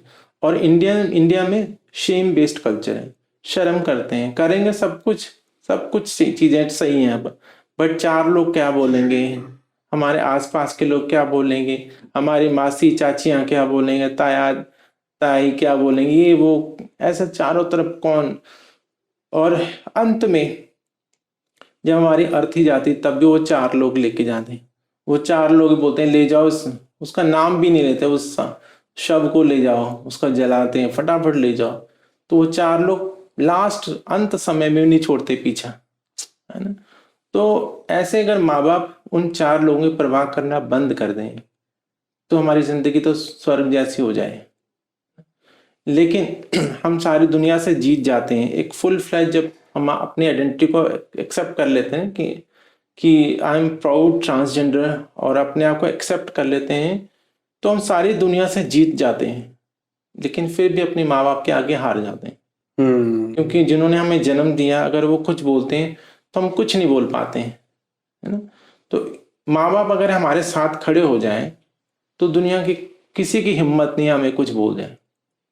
लेकिन माँ बाप उन 4 लोगों के कारण, वो हमेशा परवाह करते थे उनकी, तो अपने बच्चों को घर से निकाल देते हैं, या ऐसा मजबूर कर देते हैं कि जाओ निकलो, तुम्हारे कारण ये सब चीज़ें हो रही हैं, तुम्हारे कारण मेरे बाकी बच्चों की जिंदगी खराब हो रही है, उनकी शादियां नहीं हो रही हैं, उनकी ये हो रहा है, उनका वो हो रहा है। 100 बहाने मार के वो उस बच्चे को मजबूर कर दे कि निकल तो यहाँ से, तेरे कारण मेरी मूछें नीची हो गई, तेरे कारण ये हो गया, तेरे कारण मुझे सिर नहीं उठाना मुश्किल हो गया, है ना। तो ये सब चीजें हिजड़ा पैदा किया। और आप सोचो, मर्द सत्ता में तो, पिट्रियार्की में तो, वो हिजड़ा पैदा कर दे, कोई आदमी को शर्म महसूस होता है कि मैंने हिजड़ा पैदा किया। तो ये हमारे समाज की एक है विडंबना, कि अभी तक भी एक्सेप्ट नहीं हो रहा। मैंने अपना फूड बिजनेस भी शुरू किया यहीं पर जीरकपुर में, लेकिन समाज ने कोई एक्सेप्टेंस नहीं दिखाई, कोई आगे बढ़ के नहीं आया कि उस फूड ट्रक को प्रमोट करते, उस फूड ट्रक को और हमें जो है प्रोत्साहित करते हैं कि आओ। लोग आते, है ना। हमारा ऐसा नहीं कि खाना खराब था, हमने बहुत अपने मेहनत करके वो सारी चीज़ें करते थे, लेकिन फिर भी सोसाइटी ने एक्सेप्ट नहीं करा, कोई आता नहीं था, तो कर्जा वर्जा खूब हो गया इस चक्कर में, तो चीज़ें खराब हुई। उसके बाद कर्जा काफ़ी होगा, तो फिर मुझे बधाई पे भी जाना पड़ा, है ना। दुनिया के लिए वो भीख है, लेकिन हम लोगों के लिए वो हम बधाई मांगते हैं, है ना। तो वो चीज़ें खराब समाज के लोग हमारे पास आते हैं, बुधवार को आते हैं अपने आशीर्वाद लेने, लोग अपने बच्चों की जो अला बला होती हैं वो जब उनके चीज़ें खराब होती तो हमारे पास आते हैं। लेकिन आप सोचिए कि ये तो एक डबल स्टैंडर्ड नहीं होगा कि जब हम माँ बाप के साथ रहें, जब सोसाइटी में है तो हमें निकालने की पूरी कोशिश करते हैं कि निकालो इसको, बच्चे को निकालो। लेकिन जब हम स्टैब्लिश हो जाते हैं अपनी आइडेंटिटी, अपनी पहचान के साथ, संघर्ष के साथ कि हाँ मैं, तब तो हिम्मत नहीं होती कि मैं किन्नर हूँ, मैं हिजड़ा हूँ, माँ बाप के सामने तो बोलने की हिम्मत नहीं है। लेकिन जब अपने समाज के साथ आ जाते हैं जिसमें हाँ किन्नर समाज, तब हमें फील होता है कि हाँ मैं तो हिजड़ा ही हूँ। और जब स्टैब्लिश हो जाए, जब डर खत्म, फिर दुनिया हमें ढूंढती यार, बताओ कोई किन्नर हिजड़ा कि जिससे हम आशीर्वाद ले सकें, उसका लक्की कॉइन ले सकें।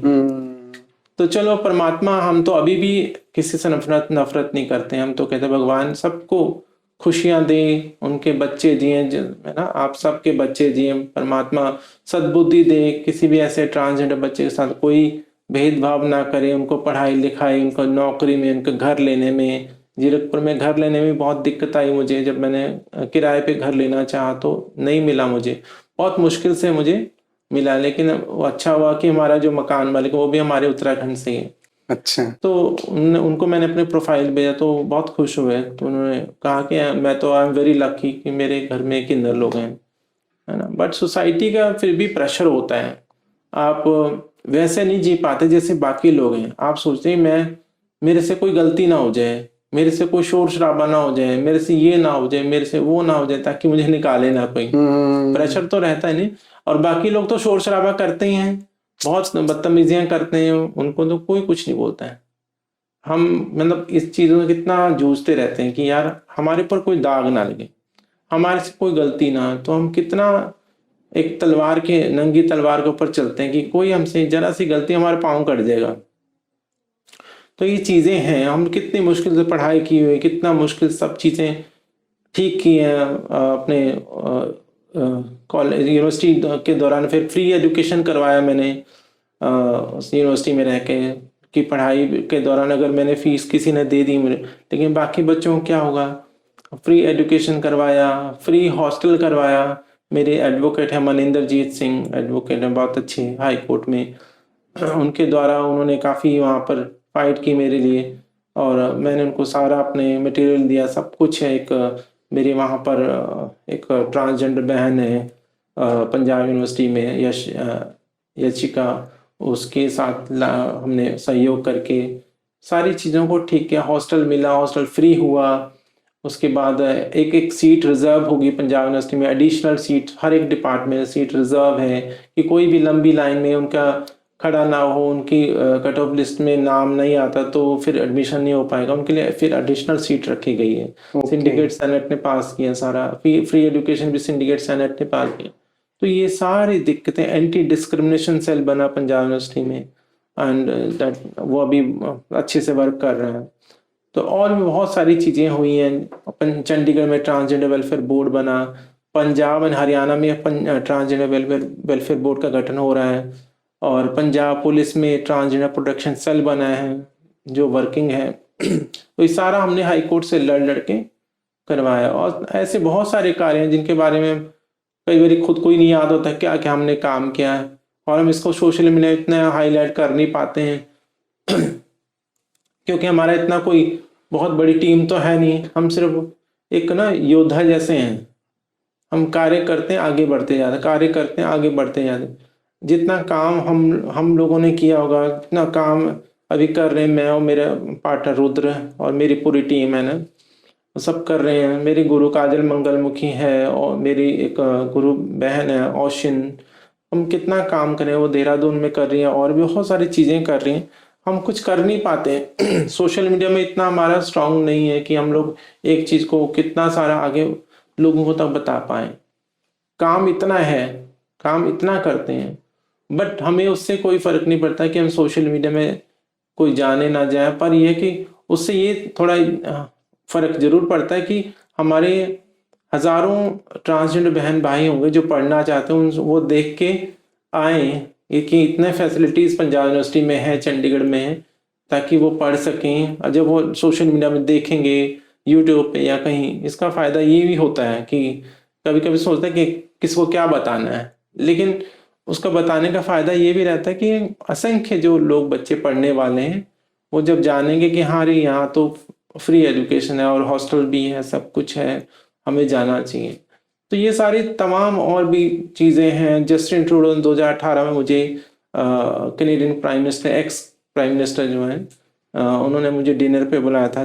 तो उन्होंने मुझे ऑफ़र भी किया था कि सिटीजनशिप के लिए। मैंने कहा नहीं, मुझे इंडिया में रहना है, क्योंकि ऐसे तो अभी छोड़ के चले जाओ तो फिर बाकी काम कौन करेगा।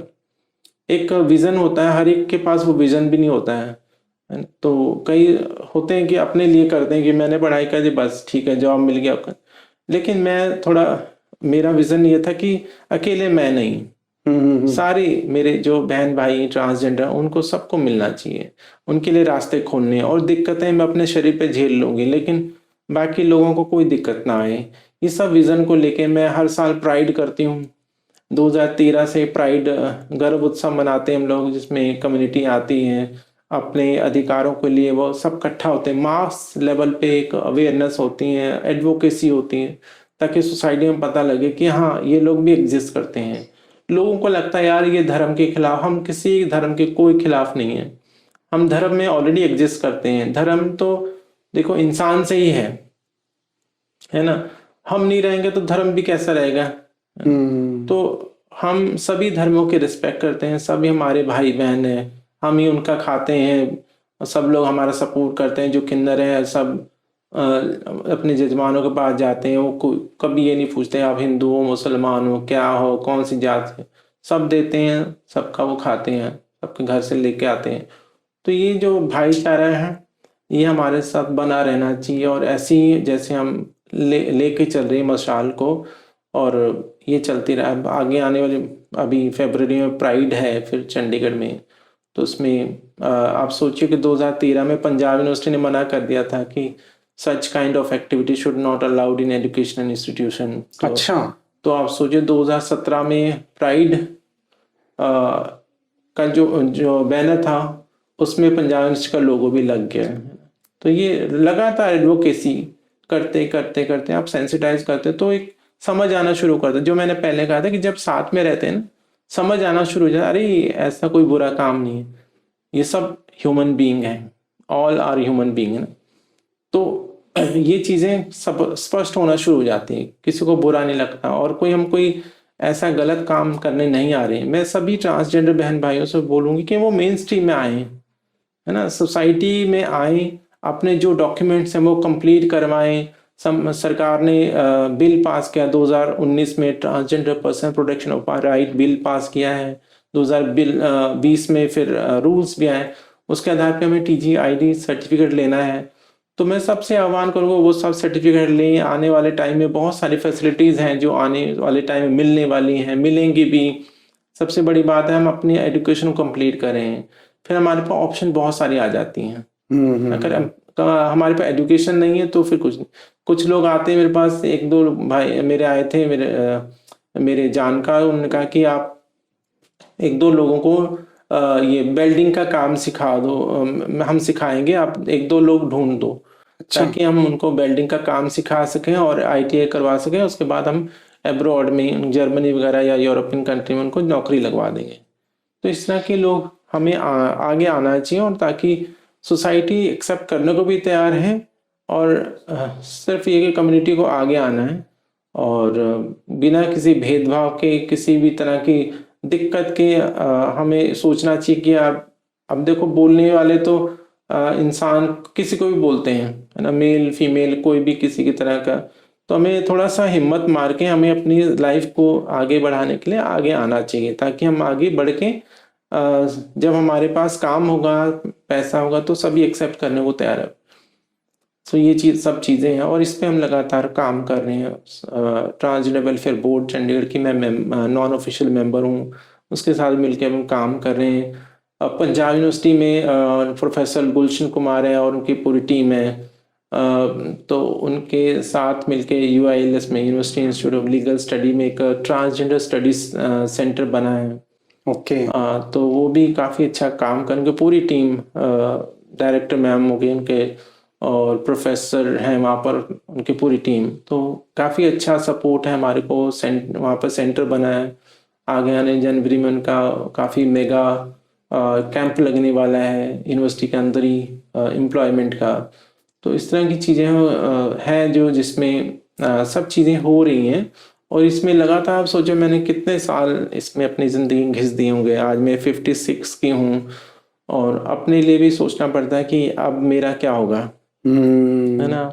समाज के लिए तो कर लिया, लेकिन अभी थोड़ा पहले मैंने दूसरों के लिए सोचा सोचा सोचा। अब जैसे जैसे उम्र आती तो फिर अपना बारे में सोचते हैं कि मेरा पार्टनर जो है रुद्र प्रताप सिंह, वो भी ट्रांस मेल है, पर आप देखिए कि उस पे वो बेचारा कंधे से कंधा मिला के मेरे साथ है। वो जॉब करता है, अच्छी सैलरी ले रहा है, शिंडलर इंडिया प्राइवेट लिमिटेड में काम करता, अच्छी पोस्ट पे है, बट फिर भी मुझे अपने आप को रहता है कि मुझे भी काम करना है अपने लिए। वो तो करेगा मेरा जो भी करना है, लेकिन हेल्प करेगा, लेकिन मुझे अपने के लिए भी जोड़ना है। तो मैं काम ढूंढ रही हूँ। अभी फ़िलहाल तो मैं बधाई पे हूँ, लेकिन जैसे ही कोई जॉब वगैरह या काम मिलेगा तो फिर मैं जो मेरे अकॉर्डिंग होगी, या मुझे लगता है कि हाँ ये मेरे जो मेरे सपने हैं, मेरे उस ख्वाबों से मैच कर रहा है सब चीज़ें, तो मैं करूँगी ज़रूर। बाकी लोगों के लिए भी कर रही हूँ। धनन जी, एक चीज मुझे और पूछना था, जैसे आज भी बहुत सारी फैमिली में अगर कोई ट्रांसजेंडर पैदा होता है तो आपकी कम्युनिटी के लोग, किन्नर समाज के लोग उसको लेके जाते हैं। क्या आज भी ऐसा है कि समाज का इतना डर है कि वो फैमिली को लगता है कि यार इसका मैं नहीं फ्यूचर बना पाऊंगी या बना पाऊंगा, या फिर उसको ऐसा लगता है कि मेरी खुद की सोशल रिस्पेक्ट जो है वो सोसाइटी में खत्म हो जाएगी? ऐसा क्या है? देखिए, मैंने पहले भी कहा कि पेरेंट्स को तो समाज का डर रहता है, ठीक है ना। और पुराने टाइम में होता था कि जो कि अभी बोलते हैं ना कि किन्नर लेके चले जाते हैं, तो दोनों तरफ से तब रहता था कि फैमिली का प्रेशर भी रहता था और किन्नरों का भी। किन्नर सोचते थे कि इसकी जिंदगी, जो हमारे जैसा बच्चा पैदा हुआ है जिसका विजिबल है, मतलब उसकी जो फिजिकल अपीयरेंस है, जो बॉडी है, वो लोगों को दिखता है कि ये तो किन्नर है। कभी कभी इनविजिबल भी रहते हैं, कुछ इंटरनल पार्ट भी रहते हैं, कुछ विजिबल रहते हैं, कुछ इनविजिबल रहते हैं।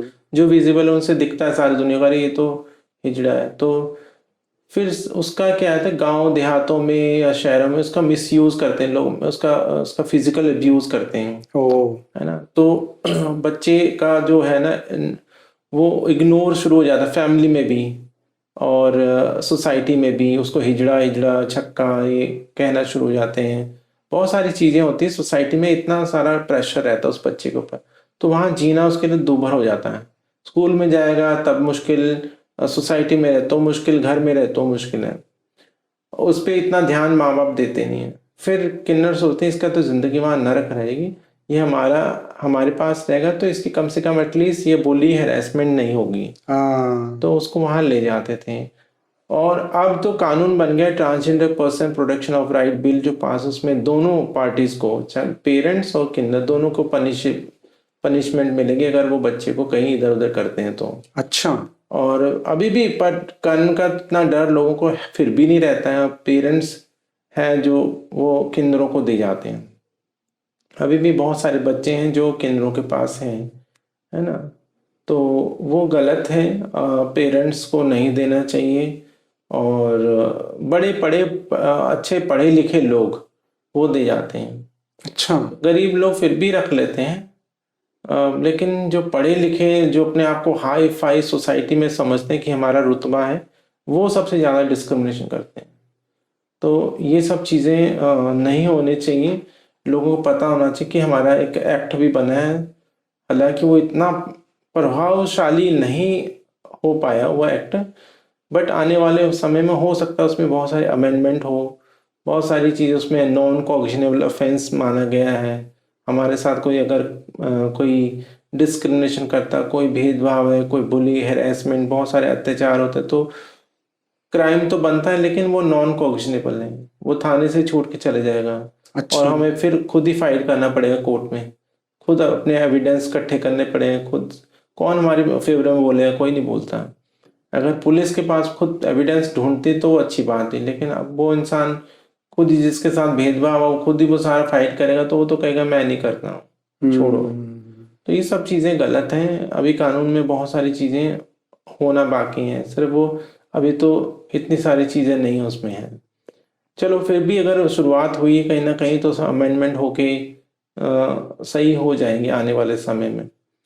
तो ये दोनों तरफ से है, वाइस वर्सा, दोनों तरफ पेरेंट्स और किन्नर समाज से दोनों को चाहिए कि आपसी तालमेल बनाए, कि वो उनको भी मना करें और वो भी देने से मना करें कि भाई ये सब चीज़ें नहीं होंगी, अब मेरा बच्चा है मेरे पास रहेगा, मैं दुनिया से फाइट करूंगा इसके लिए, है ना। रानी लक्ष्मीबाई की तरह अपने बच्चे को अपने कमर में बांध के ऐसे करे, और जैसे बाकी बच्चों के लिए लड़ते हैं वैसे उसके लिए भी लड़े। तो क्या हुआ, मैंने पहले कहा कि जेंडर जो है उससे, सेक्स और सेक्सुअलिटी जेंडर से उसका कोई फर्क नहीं पड़ता। अगर वो सेना में भी जाएगा, किसी कहीं भी जाएगा, सेना के मापदंड भी अंग्रेजों के समय के बनाए गए हैं। अलाउद्दीन खिलजी ने तो नहीं बनाए थे ना कि मलिक काफूर को भर्ती करने से पहले सेनापति बनाने के उसका जेंडर देखा गया था। ये तो अंग्रेजों ने बनाया, अंग्रेजों को रूल्स अभी तक फॉलो हो रहे हैं, है ना। वो चेक कर किया जाता है हर चीज को। तो ये सब चीजें अभी मैं जेल का जो है मॉड्यूल, हाँ सॉरी, मैं तो ये बताया, मैं तो पता नहीं कितने और ट्रेनिंग इंस्टीट्यूट की मैं पुलिस जो है ना वो करेक्शनल होम जो हैं, जितने भी जेल हैं उनके स्टाफ को भी ट्रेन करती हूँ। अच्छा। तो उनका मैनुअल बना, उसमें भी मैंने पार्टिसिपेट किया, मतलब उसमें जेल में क्या क्या फैसिलिटीज होनी चाहिए, ट्रांसजेंडर, ये सारी चीजें हैं। मैंने तभी बताया कि मैंने इतना काम किया कि खुद को नहीं पता कि मैंने क्या क्या किया होगा। तो ये चीजें हैं। धनंजय जी, एक क्वेश्चन और मेरा है, बहुत सारे ट्रांसजेंडर्स आज भी सेक्स वर्कर्स हैं, या फिर उस तरीके से काम कर रहे हैं, भीख मांग रहे हैं, या ऐसा काम कर रहे हैं जो मतलब एक्सेप्टेबल नहीं था उन लोगों से। ये इसीलिए हो रहा है क्योंकि वो कहीं ना कहीं समाज में अपनी आइडेंटिटी बता नहीं पा रहे हैं, कहीं ना कहीं अपनी आइडेंटिटी क्राइसिस की स्ट्रगल में हैं। तो अगर ऐसे लोगों को अगर आप कोई मैसेज देना चाहें तो वो क्या मैसेज हो सकता है? देखिए, अगर ऐसे बच्चे अगर वो जेंडर क्राइसिस में से गुजर रहे हैं ना, अपनी पहचान को लेकर वो दुविधा में हैं, तो ऐसे सपोर्ट ग्रुप वो खोजें। अब तो सोशल मीडिया का ज़माना है, सबके पास फ़ोन है, सब जानते हैं। तो एनजीओ से जुड़े जहाँ पर काउंसलर हैं, स्कूल में काउंसलर हैं, यूनिवर्सिटी में काउंसलर हैं, जगह जगह ट्रांसजेंडर वेलफेयर बोर्ड ने भी अपना काउंसलर रखा हुआ, हॉस्पिटल में काउंसलर्स हैं। जैसे मैंने एनजीओ का जो कम्युनिटी के लिए काम करी है, बहुत सारी ऑर्गेनाइजेशन, चंडीगढ़ में भी 4-5 ऑर्गेनाइजेशन जो कम्युनिटी के लिए काम कर रही हैं, उनके अपने काउंसलर्स हैं गवर्नमेंट के। तो ऐसे लोगों से अपना संपर्क बनाएं, उनसे पूछें अपने सवाल, वो ताकि वो सपोर्ट कर सकें, वो और आगे रेफर कर सकें, ठीक है ना। वो कम्युनिटी के अंदर रेफर कर सकें, या कम्युनिटी, जैसे मेरे पास बहुत सारे लोग आते हैं या मेरे पास रेफरेंस आता है, रेफर करते हैं लोग, तो मैं उनको फिर समझाती हूँ, उनको सपोर्ट करती हूँ, उनको आगे। बहुत सारी इंडिया में मैंने ऐसे बहुत सारी ट्रांस लोग हैं जिनको आउट किया, मतलब उनकी पहचान के साथ। अच्छा। आज वो बहुत बड़े एक्टिविस्ट हैं। तो अब वो मेरा धन्यवाद करते हैं कि अगर आप ना होते तो आज हम ये ना होते। आज हम वहीं कहीं ना कहीं अपनी ज़िंदगी से लड़ते हैं, छुप छुपाते हैं। बहुत सारे लोग सेक्स वर्क में, मैं उनसे कहूँगी कि प्लीज़, अगर देखिए बहुत सारी चीज़ें ठीक हो रही हैं, हम ये सोच रहे हैं अभी मुझे तुरंत मिल जाए, तो ऐसा नहीं। वहाँ से निकल के अच्छी नौकरी ढूंढ, अपने जो एजुकेशन के हिसाब से नौकरी ढूंढें। थोड़े मिलेगा लेकिन आपको सम्मान का मिलेगा। आपके साथ कोई डिस्क्रिमिनेशन होता है, कोई भेदभाव होता है, तो आप ट्रांसजेंडर वेलफेयर बोर्ड से संपर्क करें, ह्यूमन राइट्स कमीशन है वहाँ संपर्क करें, और भी बहुत सारी जो इंस्टीट्यूशन हैं जो काम कर रहे हैं उनके साथ अपना राब्ता रखें, उनका संपर्क करें, ताकि वो जितना लोग बाहर आएंगे ना, जितनी एप्लीकेशंस आएंगी, जितना फिर उतना जो तंत्र है हमारा वो काम करने के मूड में आ जाता है, फंक्शनल हो जाता है। अब ये आता ही नहीं, कोई पूछता ही नहीं, तो उनको भी लगता है कोई है ही नहीं। तो इसलिए मैं तो अपने सभी ट्रांसजेंडर बहन भाइयों से कहूंगी कि बाहर आइए, अपने पहचान के साथ काम करिए। अपने ये नहीं कि आप पहचान के लिए आप उस गलत रास्ते में नहीं जा सकते हो कि मैं एक किन्नर हूं या ट्रांसजेंडर हूं तो मुझे ये काम करना है, सेक्स वर्क करना है। Sex work is not right way ना। तो आप बहुत मजबूरी अगर कोई है, कोई किसी को कुछ नहीं पता, क्योंकि आजकल एक जमाना होता है जब कुछ नहीं पता था। आप सोशल मीडिया में सब कुछ पता है आपको, है ना। बहुत सारे लोग हैं जो जानबूझ के भी वहां जा रहे हैं। नौकरियां होते भी हमारे पास और भी बहुत सारी फैसिलिटीज, या हम जैसे अभी सिलाई कढ़ाई का या मेकअप का कोर्स करने के लिए और ब्यूटी पार्लर का बहुत सारी चीजें ऑप्शन है। सरकार बार बार पूछी, लेकिन वो आना ही नहीं चाहते। वहां से पैसा अच्छा मिल रहा है लेकिन बीमारियां भी तो मिल रही हैं ना। तो ये चीजें नहीं होनी चाहिए। और बाकी किन्नर समाज का वो तो परंपरा हमारी, उसको मैं बुरा नहीं कहूंगी, क्योंकि वो हजारों सालों से ऐसी परंपरा चल रही है। अगर उसको बंद करने के लिए बोल रहे हैं तो फिर बाकी इंस्टीट्यूशन भी बंद होने चाहिए, धार्मिक इंस्टीट्यूशन। वो भी हमारा एक किन्नर परंपरा भी एक धार्मिक इंस्टीट्यूशन है। सॉरी, क्योंकि वो नेक जो होता है ना, बच्चे का सदका होता है, वो किन्नर ही लेके जाते हैं। हमारी बहुत सारी परंपराएं खत्म हो गई हैं। हमारी नकलें होती थी, हमारे बहुत सारे बंजारे लोग आते थे, मरासी लोग, वो सारी परंपराएं अब धीरे धीरे कहीं खत्म हो, पर वो हमारे कल्चर के साथ बहुत जुड़ी हुई थी। गाना बजाना, नाचना गाना, ये सब चीजें खुशियों के अब खुशियां भी बहुत लिमिटेड हो गई हैं। लोगों को टाइम नहीं, खुशी हंसने का भी टाइम नहीं है, सही है, खुशी मनाने का भी टाइम नहीं है। तो ये जो छोटे छोटे मौके होते हैं ना, ये किन्नर जैसे हम किन्नर लोग जाते हैं नहीं, तो वो छोटे से समय अपने पूरे परिवार को इकट्ठा करते हैं, रिश्तेदारों को आओ, बच्चे का सदका करते हैं ना, या दूल्हा दुल्हन है जो उनका जो सदका देते हैं। तो उस समय किन्नर लोग नाचते हैं, गाते हैं, अपना जो भी बधाई है वो लेके जाते हैं।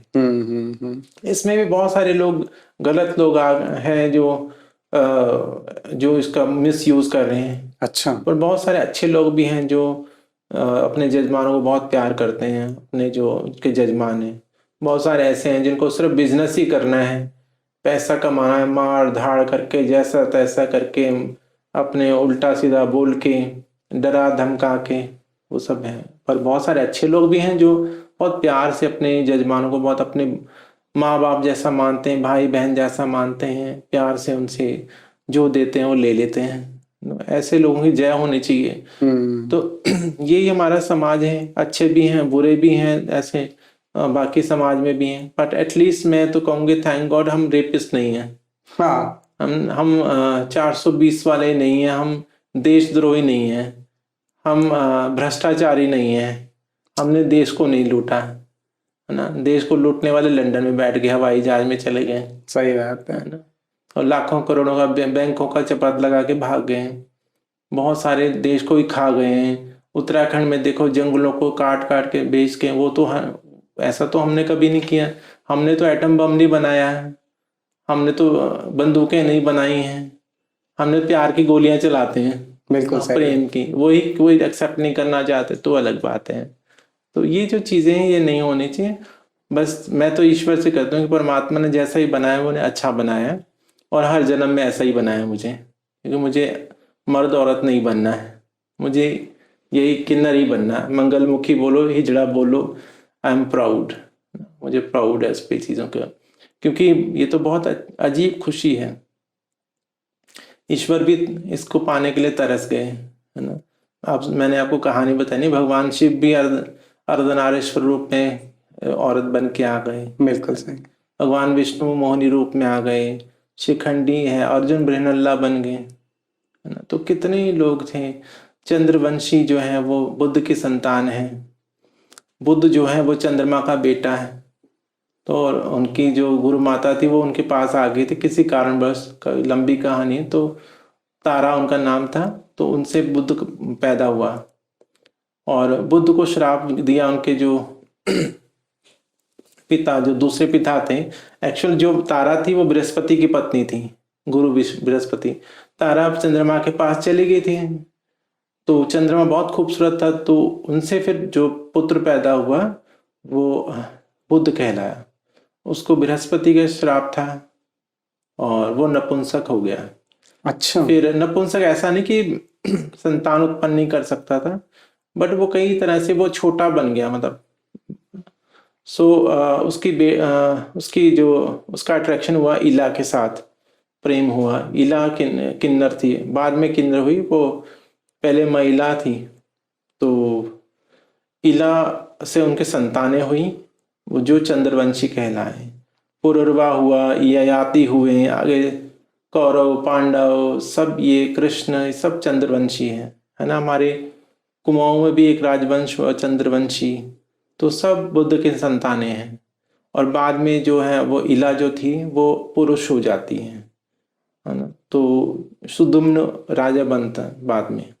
तो एक लंबी कहानी। इसीलिए अगर साइंस में जाए तो बुध जो है, मरकरी जो सूर्य के बिल्कुल सामने है, और वो बहुत छोटा ग्रह है, सबसे छोटा ग्रह, पर उस पर कोई उल्का पिंड या कोई ऐसी पृथ्वी टकरा, जैसे कोई प्लैनेट टकरा गया जिसका ऊपर का हिस्सा उसका सारा छिल गया, तो वो छोटा हो गया, तो उसका कोर जो है वो रह गया। वो उसमें सबसे ज्यादा आयरन होता है, बहुत भारी है जो ग्रह है, तो उसका कोर जो है वो आयरन का है और बर्फ से ढका हुआ। तो बाहर उसका जो है सूर्य के बिल्कुल सामने होने के कारण वो बहुत गर्म भी रहता है और वो अंदर से ठंडा भी रहता है।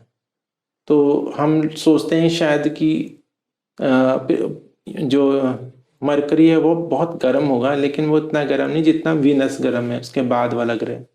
तो इसी तरह किन्नर भी है, बुध को किन्नर से जोड़ा जाता है। तो बुध की तरह वो भी जितने बाहर से गर्म लगते हैं, बदतमीज लगते हैं, तो अंदर से वो नरम भी रहते हैं। ऐसा ये हमारी कहानी है। धनंजय जी, मेरा लास्ट क्वेश्चन आपसे है। आपकी लाइफ में इतना स्ट्रगल रहा, इतना दुख आपने झेला, लेकिन आपके चेहरे पे बहुत स्माइल रहती है, काइंडनेस रहती है। क्या आपने अपना पास्ट भुला दिया, या समाज ऐसा है कि उसके सामने हंसना पड़ता है, खुश रहना पड़ता है, दिखाना पड़ता है? ये तो पता नहीं, पर मेरी प्रकृति ऐसी है कि मैं, मतलब मेरा नेचर ही ऐसा है कि मैं जो पुरानी बातें हैं वो तो एकदम से पास्ट हो जाती ना, तो इतना दुख सुख। पर मुझे लगता है कि शायद जितना हमारे महान जो ऋषि रहे होंगे या और योद्धा रहे होंगे, और जिन्होंने स्वतंत्रता संग्राम के, जिन्होंने लड़ाइयाँ लड़ी होंगी, उन्होंने जितना दुख झेला होगा उतना तो मेरा भी कुछ भी नहीं है ना। अब जैसे शहीदी के दिवस चल रहे हैं, श्री गुरु गोविंद सिंह जी, उनके जो 4 पुत्र थे, उन्होंने जैसे अपने उनको शहीद किया गया, तो ऐसा तो हम, मतलब हमने तो कुछ भी नहीं किया उनके जैसा, हम उनके जैसे बन भी नहीं सकते कभी। तो ऐसे महान योद्धाओं को, ऐसा महान महापुरुषों के सामने तो हमारा दुख कुछ भी नहीं है। तो वो छोटा सा चीज़ों को लेकर हम बार बार रोते रहेंगे, ये हो गया वो हो गया। फिर मैं माफ़ भी करती रहती हूँ कि शायद दुनिया बड़ी नादान है और इनको ऐसे सिखाया, अपब्रिंगिंग उनकी ऐसी है ना। तो हम जो लर्न करके उनको अनलर्न तो कर नहीं सकते हैं। तो मेरा जो फोकस अब बच्चों के ऊपर है, फिर जो स्कूल कॉलेजेस में है, ताकि उनको जब वो माँ बाप बनेंगे या वो ऑफिसर्स बनेंगे, सर्विस में जाएंगे, तो at least they have to know about everything, कि जेंडर क्या है, सेक्सुअलिटी क्या है, जेंडर रोल क्या है, जेंडर एक्सप्रेशन क्या है, विच इज ऑल स्टीरियोटाइप। तो सब उनको नॉलेज होनी चाहिए। अब जो हो गया सो हो गया, बट अब उसको लेके हम अब रोना धोना तो नहीं कर सकते ना बार बार। बिल्कुल सही है। और जो किसी ने अगर मेरे साथ तो ऐसे ही रहता है, कोई मेरे साथ बहुत बदतमीजियां, बहुत जिसने बहुत खतरनाक मेरे साथ खेल भी खेले होंगे ना, अगर वो मेरे सामने अगर कोई अपनी दरखास्त लेके आता है, फरियाद लेके, तो मैं पिघल जाती हूँ। मैं फिर उसी के लिए काम करना शुरू कर देती हूँ। तो मुझे किसी के साथ रिग्रेट, मतलब मुझे कोई दुख नहीं है कि ऐसा क्यों हुआ, क्या हुआ। तो मेरी नियति थी, ऐसा मेरी किस्मत में लिखा था। तो सोना तो, जैसे मेरे टीचर ने कहा कि धनंजय, खाक भी बनना तो सोने की बनना। तो सोना तो ऐसे नहीं बनता है बिना तपे। अगर अगर सोना बनना तो तपना तो पड़ेगा ही। तो इसलिए मैं तो खुश रहती हूँ हमेशा, कोई दुख नहीं है। 2 रोटी दी परमात्मा ने, वो चलती रहनी चाहिए। बहुत बढ़िया धनंजय, आपने इतना टाइम निकाला और अपनी इतनी स्टोरी हमारे सामने बताई, हमारे ऑडियंस को बताई। मुझे लगता है कि शायद आज इस साल का इससे अच्छा पॉडकास्ट डिलीवर नहीं हुआ होगा। और मुझे ऐसा भी लगता है कि कहीं ना कहीं है, पहचान बनानी ज़रूरी है। और लोग आज टैलेंट से ज़्यादा जेंडर के पीछे भाग रहे हैं, जेंडर के ऊपर सवाल उठा रहे हैं। और मुझे लगता है कहीं ना कहीं आपका आज का एपिसोड, हमारा आज का एपिसोड आई ओपनर होगा उन सब लोगों के लिए। आपकी कहानी सारे लोगों के पास जाएंगी, कहीं ना कहीं वो भी अपनी फैमिली में अपने बच्चों को, आने वाली जनरेशन को, छोटे छोटे बच्चों को इस चीज़ के बारे में बताना शुरू करेंगे, ताकि वो कल जब बड़े लोग बने, बड़े बने, उम्र में बने, अच्छी समाज में जाएं, तो उनको ये सारी चीज़ें पता हों और वो इन सब चीज़ों की रिस्पेक्ट करें। जी, thank you so much. Thank you so much for coming. Thank you so much. Thank you so much.